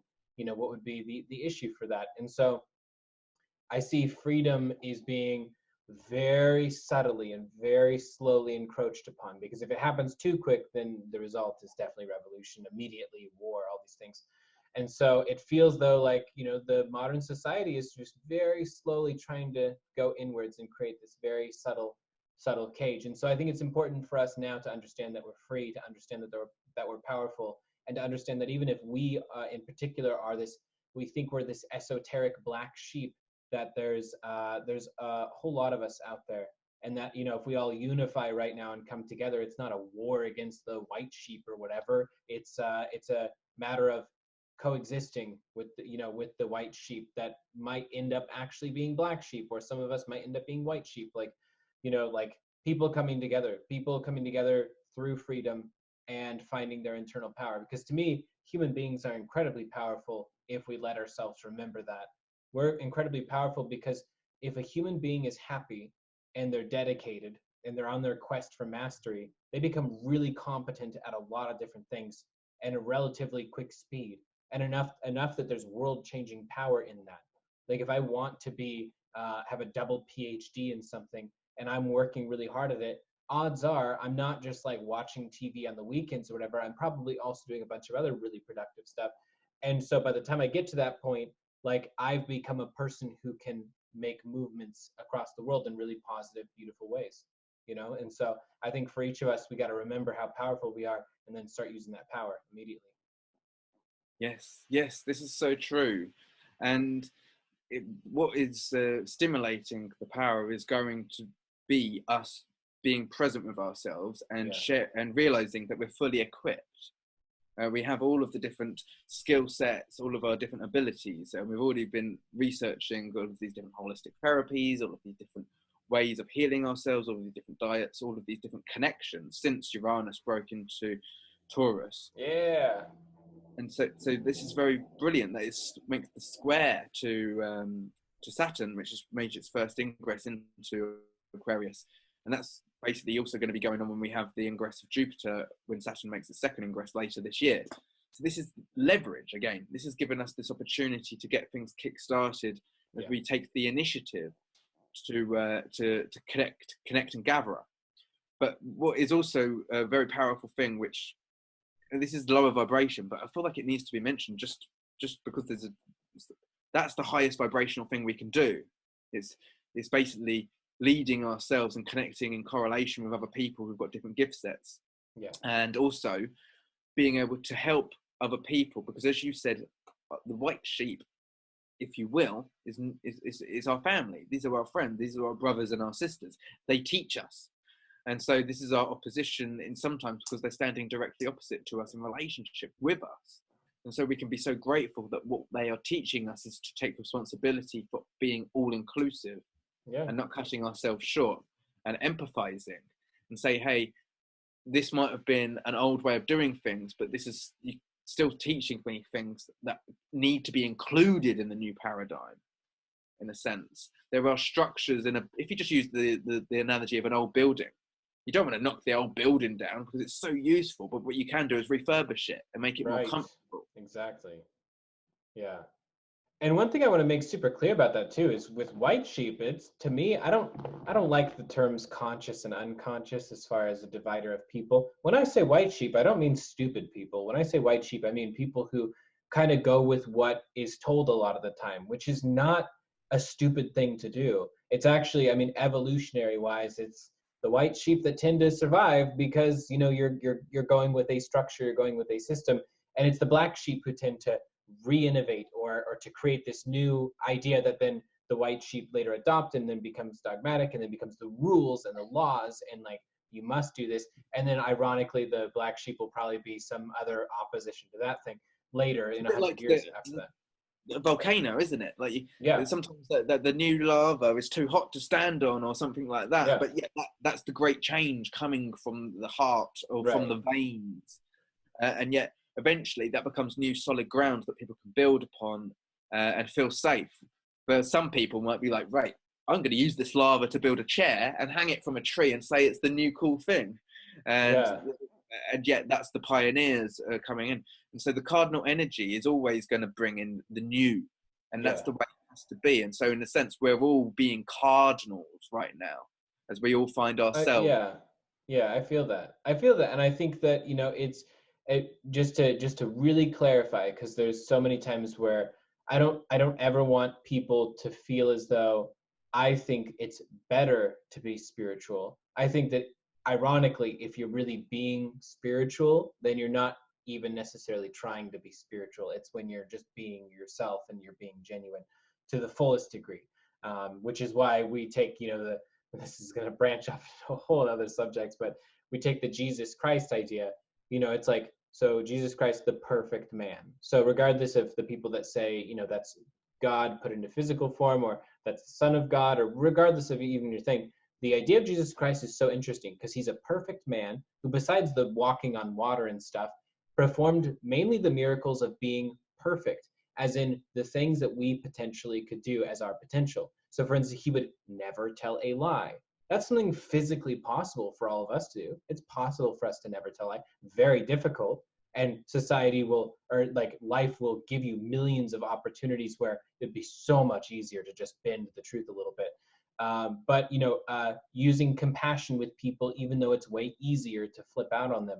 And all of these different divine, holy traits are all things that are very achievable. And so our quest should be simply just finding within ourselves these opportunities, the opportunity to just tell the truth, to just tell the truth for real, to just love people, to really just do things where you're helping out someone and not strategically trying to control everything. But as far as the Christ-like energy, I think that can be found by black sheep or white sheep, as long as you're being who you really are.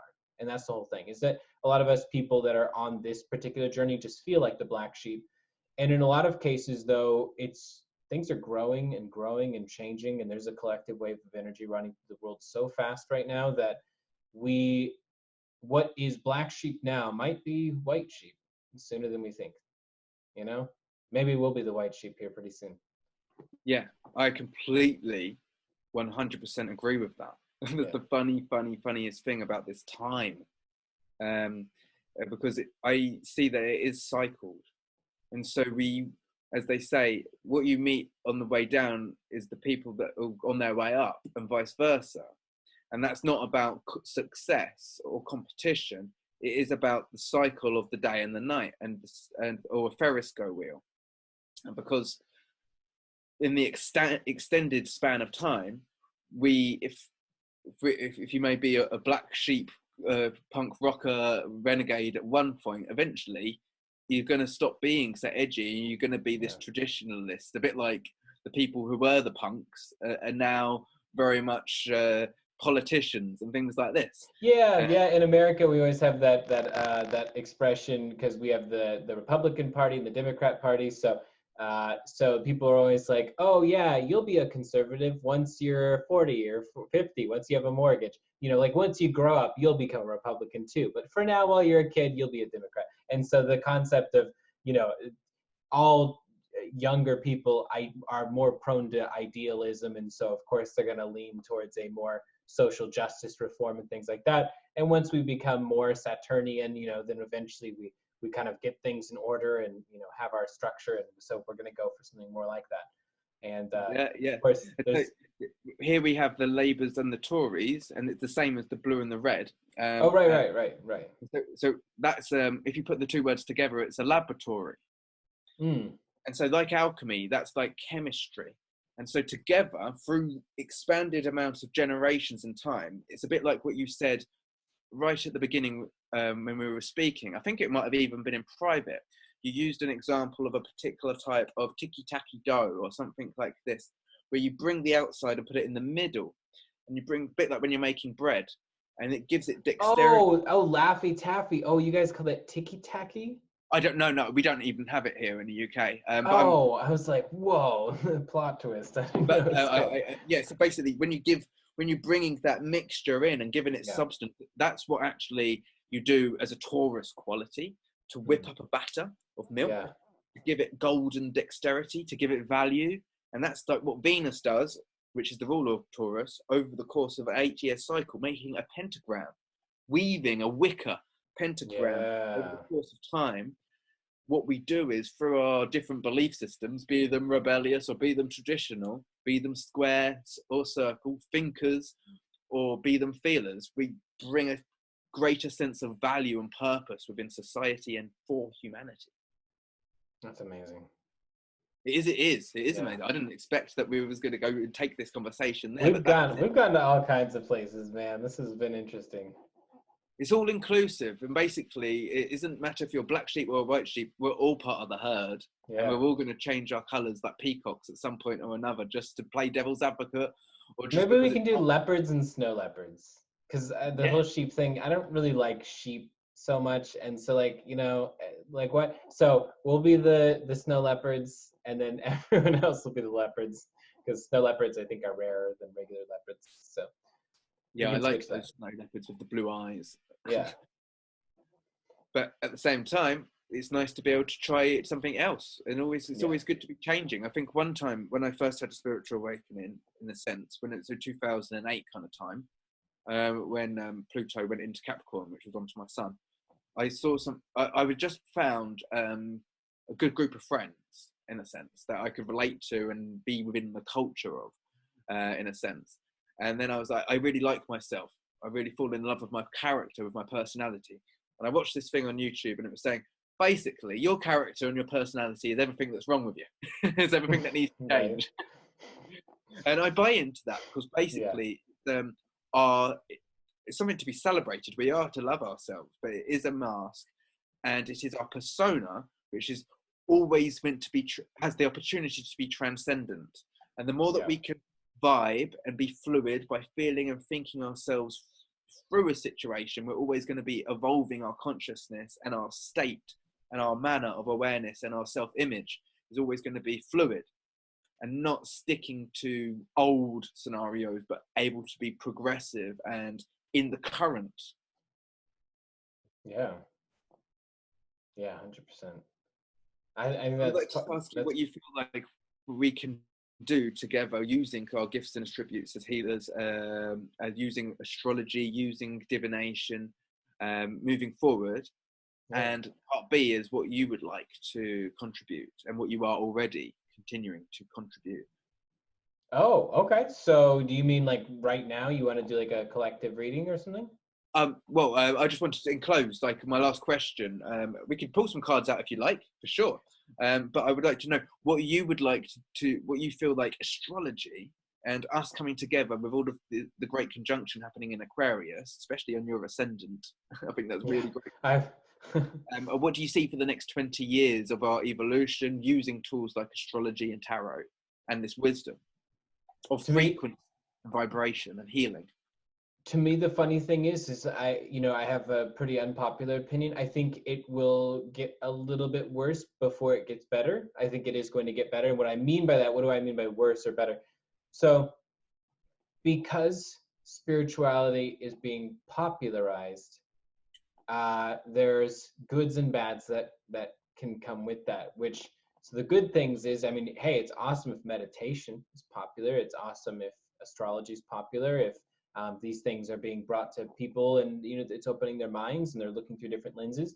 At the same time, because of this quickness of the internet, which is part of our strength and part of our power, the quickness of the internet though is spreading information in such simplistic forms that sometimes it's oversimplified, because then it's more marketable and able to get more clicks and stuff like that. Like for instance, if I gave a long talk on Capricorn and what I thought they were going through right now, and I posted it on maybe a beautiful background, maybe I'd get some likes and some things. But if I was like, Capricorn be like, and then did something like that, it would get millions of shares and things like that.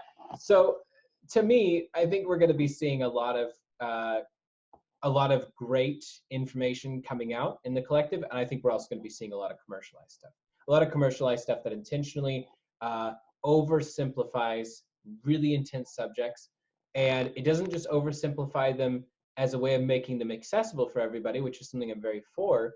It makes it oversimplified and then sort of is also like threaded in or embroidered with this sort of pseudo psychology of trying to like marketing teams like get people to think a certain way about something. So I think that we need to be real about the fact that astrology is both going to be a tool of enlightenment and a tool that will be used with very corrupt purposes over the next 20 years. And I think that as long as we're cautious of that and keep our eyes open, we'll be able to spot pretty easily what's what. I think that as far as these tools for enlightenment in general, the tarot, crystal balls, all these different things, I think lots of people exploring with these things is going to make conversations that seemed impossible in the 90s seem incredibly easy and common in the 30s. I think in the 30s, you'll have people that sit down at a dinner table, just a random group of friends, and one of them's a Christian and the other one's practicing tarot and is a general spiritualist. The other one's a secularist who has like sort of like an open-minded view towards the divine and stuff.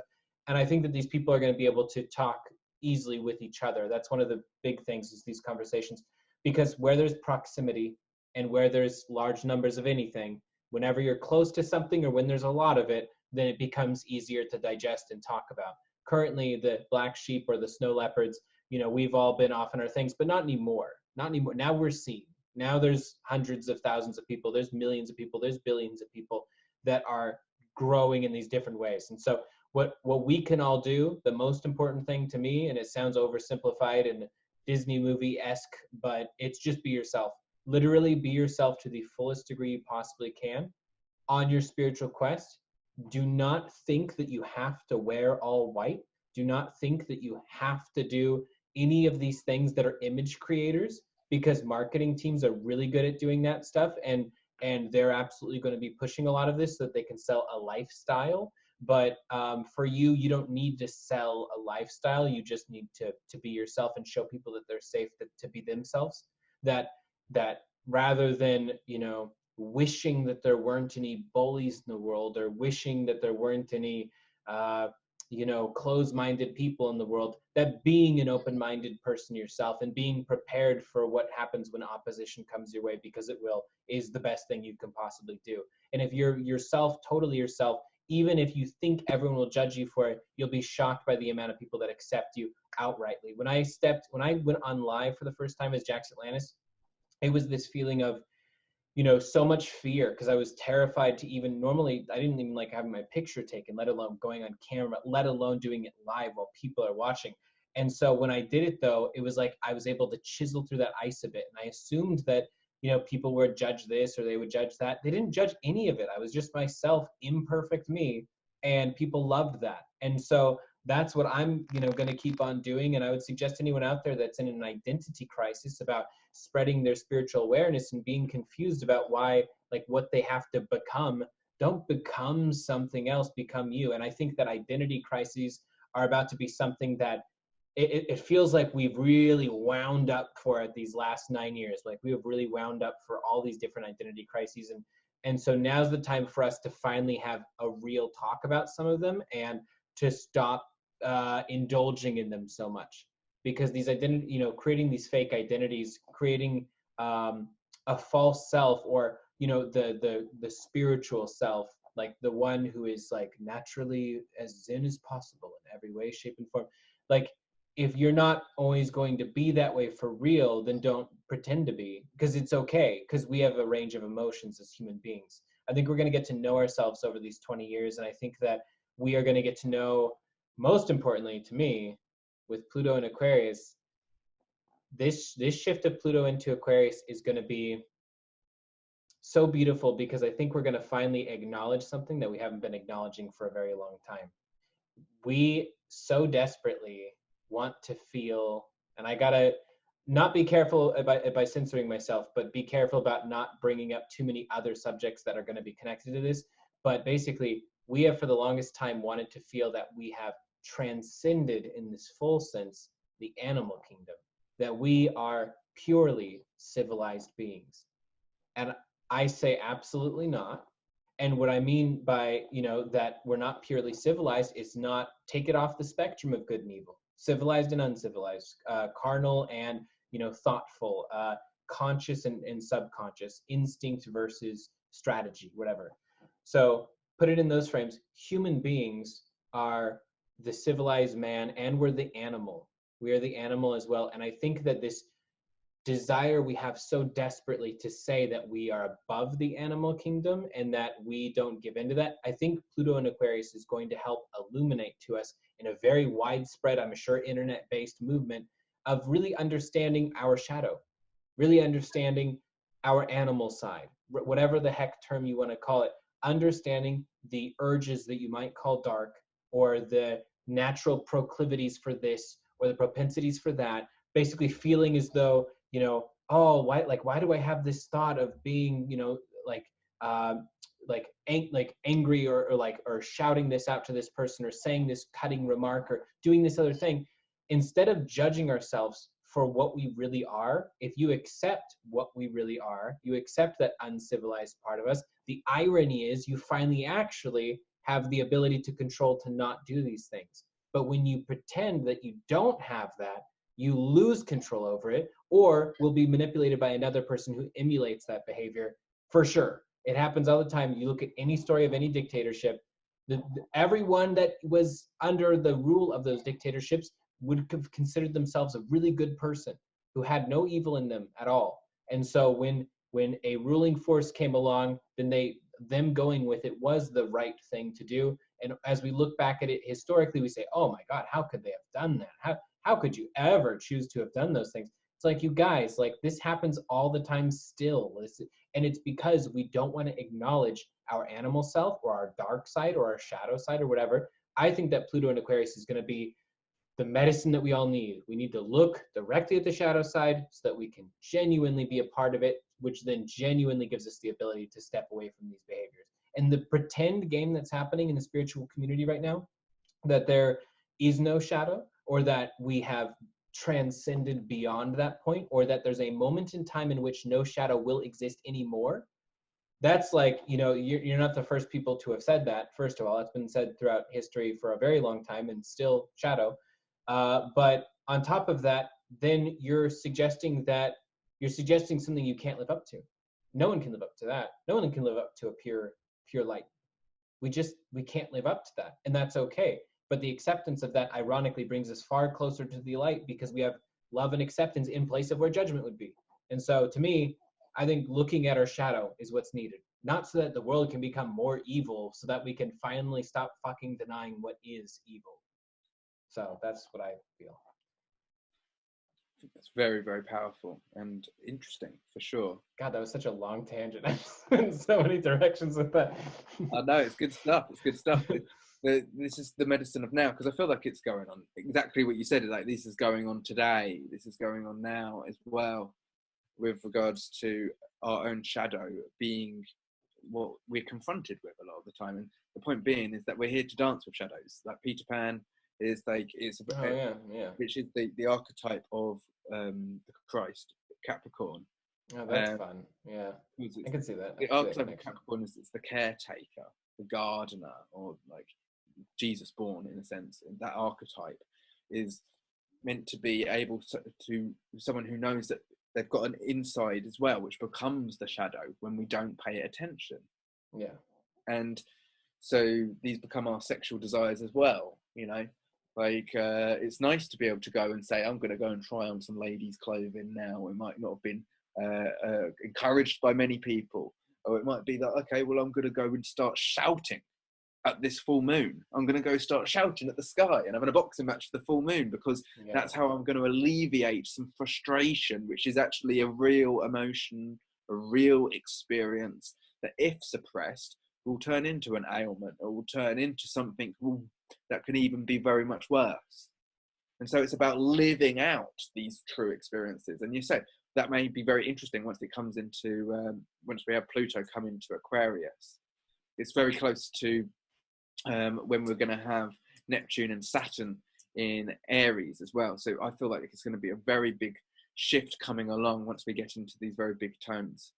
But for us now, we're already showing up and laying the paving stones for what is going to be implemented over the course of these next few years with this Saturn in Aquarius. So it's very exciting.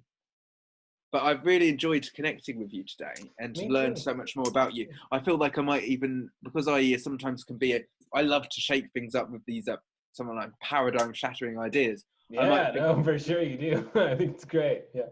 You could be my front man maybe sometimes, so that I don't scare people off with these ideas, because you're very diplomatic at showing both sides of the story, which I actually think is incredibly important.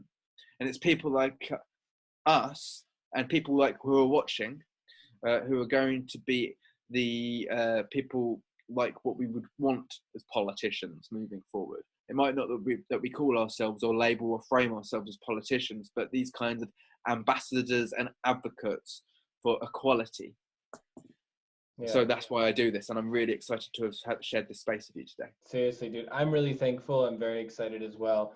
I can't wait for the next episode. I don't know. We don't know exactly when, guys, but he is definitely going to be going over on my channel here as soon as we can arrange something, because this was awesome. I can't wait for the next one already. And it was definitely a lot of fun. Well, thank you. Like, obviously, we're going to circulate this video. Have you got any links that you would like to direct people to? Because obviously, if you put this out on yours, you'll put the links below as well. For me, Philip Daniel Miles on YouTube, Unifying Perspectives podcast. But for yourself, if you can edit this video, I don't know if you're going to edit it afterwards, after the recording. I'm assuming so. But so here's my YouTube, which is Jax Atlantis, and you can just have the words like pop up in maybe sparkly centaur font or something like that. And then here's Instagram, also Jax Atlantis, and then jaxatlantis.com is my website, which you had brought up the tarot course that I had done back with High Vibe. So it's actually been a year. So I now have that course on my website, jaxatlantis.com. It's $60. It's a 12-hour masterclass on learning the tarot, learning the numerological structure that serves as the spinal cord for tarot, which is a hack that helps you learn the 78 cards within 18 concepts. So it's really, really cool. As well as it dips into a little bit to the astrology of tarot, as well as the colors of tarot and the different types of tarot meanings. So anyone who wants to become a tarot reader, you're confused about it, definitely go to jaxatlantis.com. It's right there on my website. From the way that I've heard you talk about this and the way I've heard it described, it sounds like a very great investment in the self for anybody who's interested in picking up a great toolkit and learning more about the tarot, and even how the times of cycles work, because this could be applied to a lunar cycle or to a solar cycle or even to a 28-year Saturn cycle. It's a similar arc, it's the same story, and it's very valuable the way that you teach. Thank you. Yeah, no, without getting too deep into it or anything like that, for me, it serves as a psychological map. And the more we learn the numerology behind tarot, the more you start to realize, like, oh my God, if I draw the 5 of Swords, then I'm also drawing the 4 of Swords as my past and 6 of Swords as my future, as far as the oncoming and previous events. And on top of that, if I understand what this feeling is like, what the feeling of that 4 is like, such as the structure, the stability, these different things, then I start to understand and be able to gauge what tarot card people are at in their lives. Like I can tell that, this person over here is in a 6 of Cups state emotionally, but that they're in a 3 of Swords state intellectually, and like you'll start to be able to transcend the tarot by learning it so deeply. So anyways, they definitely suggest it. Also, until the coronavirus no longer affects any business storefronts, I will have my readings and services all at 50% off. So possibly the next 2 months, or until businesses are all back up and running like normal again. Brilliant. All of that will be linked in the description box of this video for them people to reach out to you. That's awesome. Awesome. Yeah, thank you so much for having me on today. And I am, as I say, very receptive to future engagements. So thank you so much. Definitely. Thanks. See you later, man. Cheers.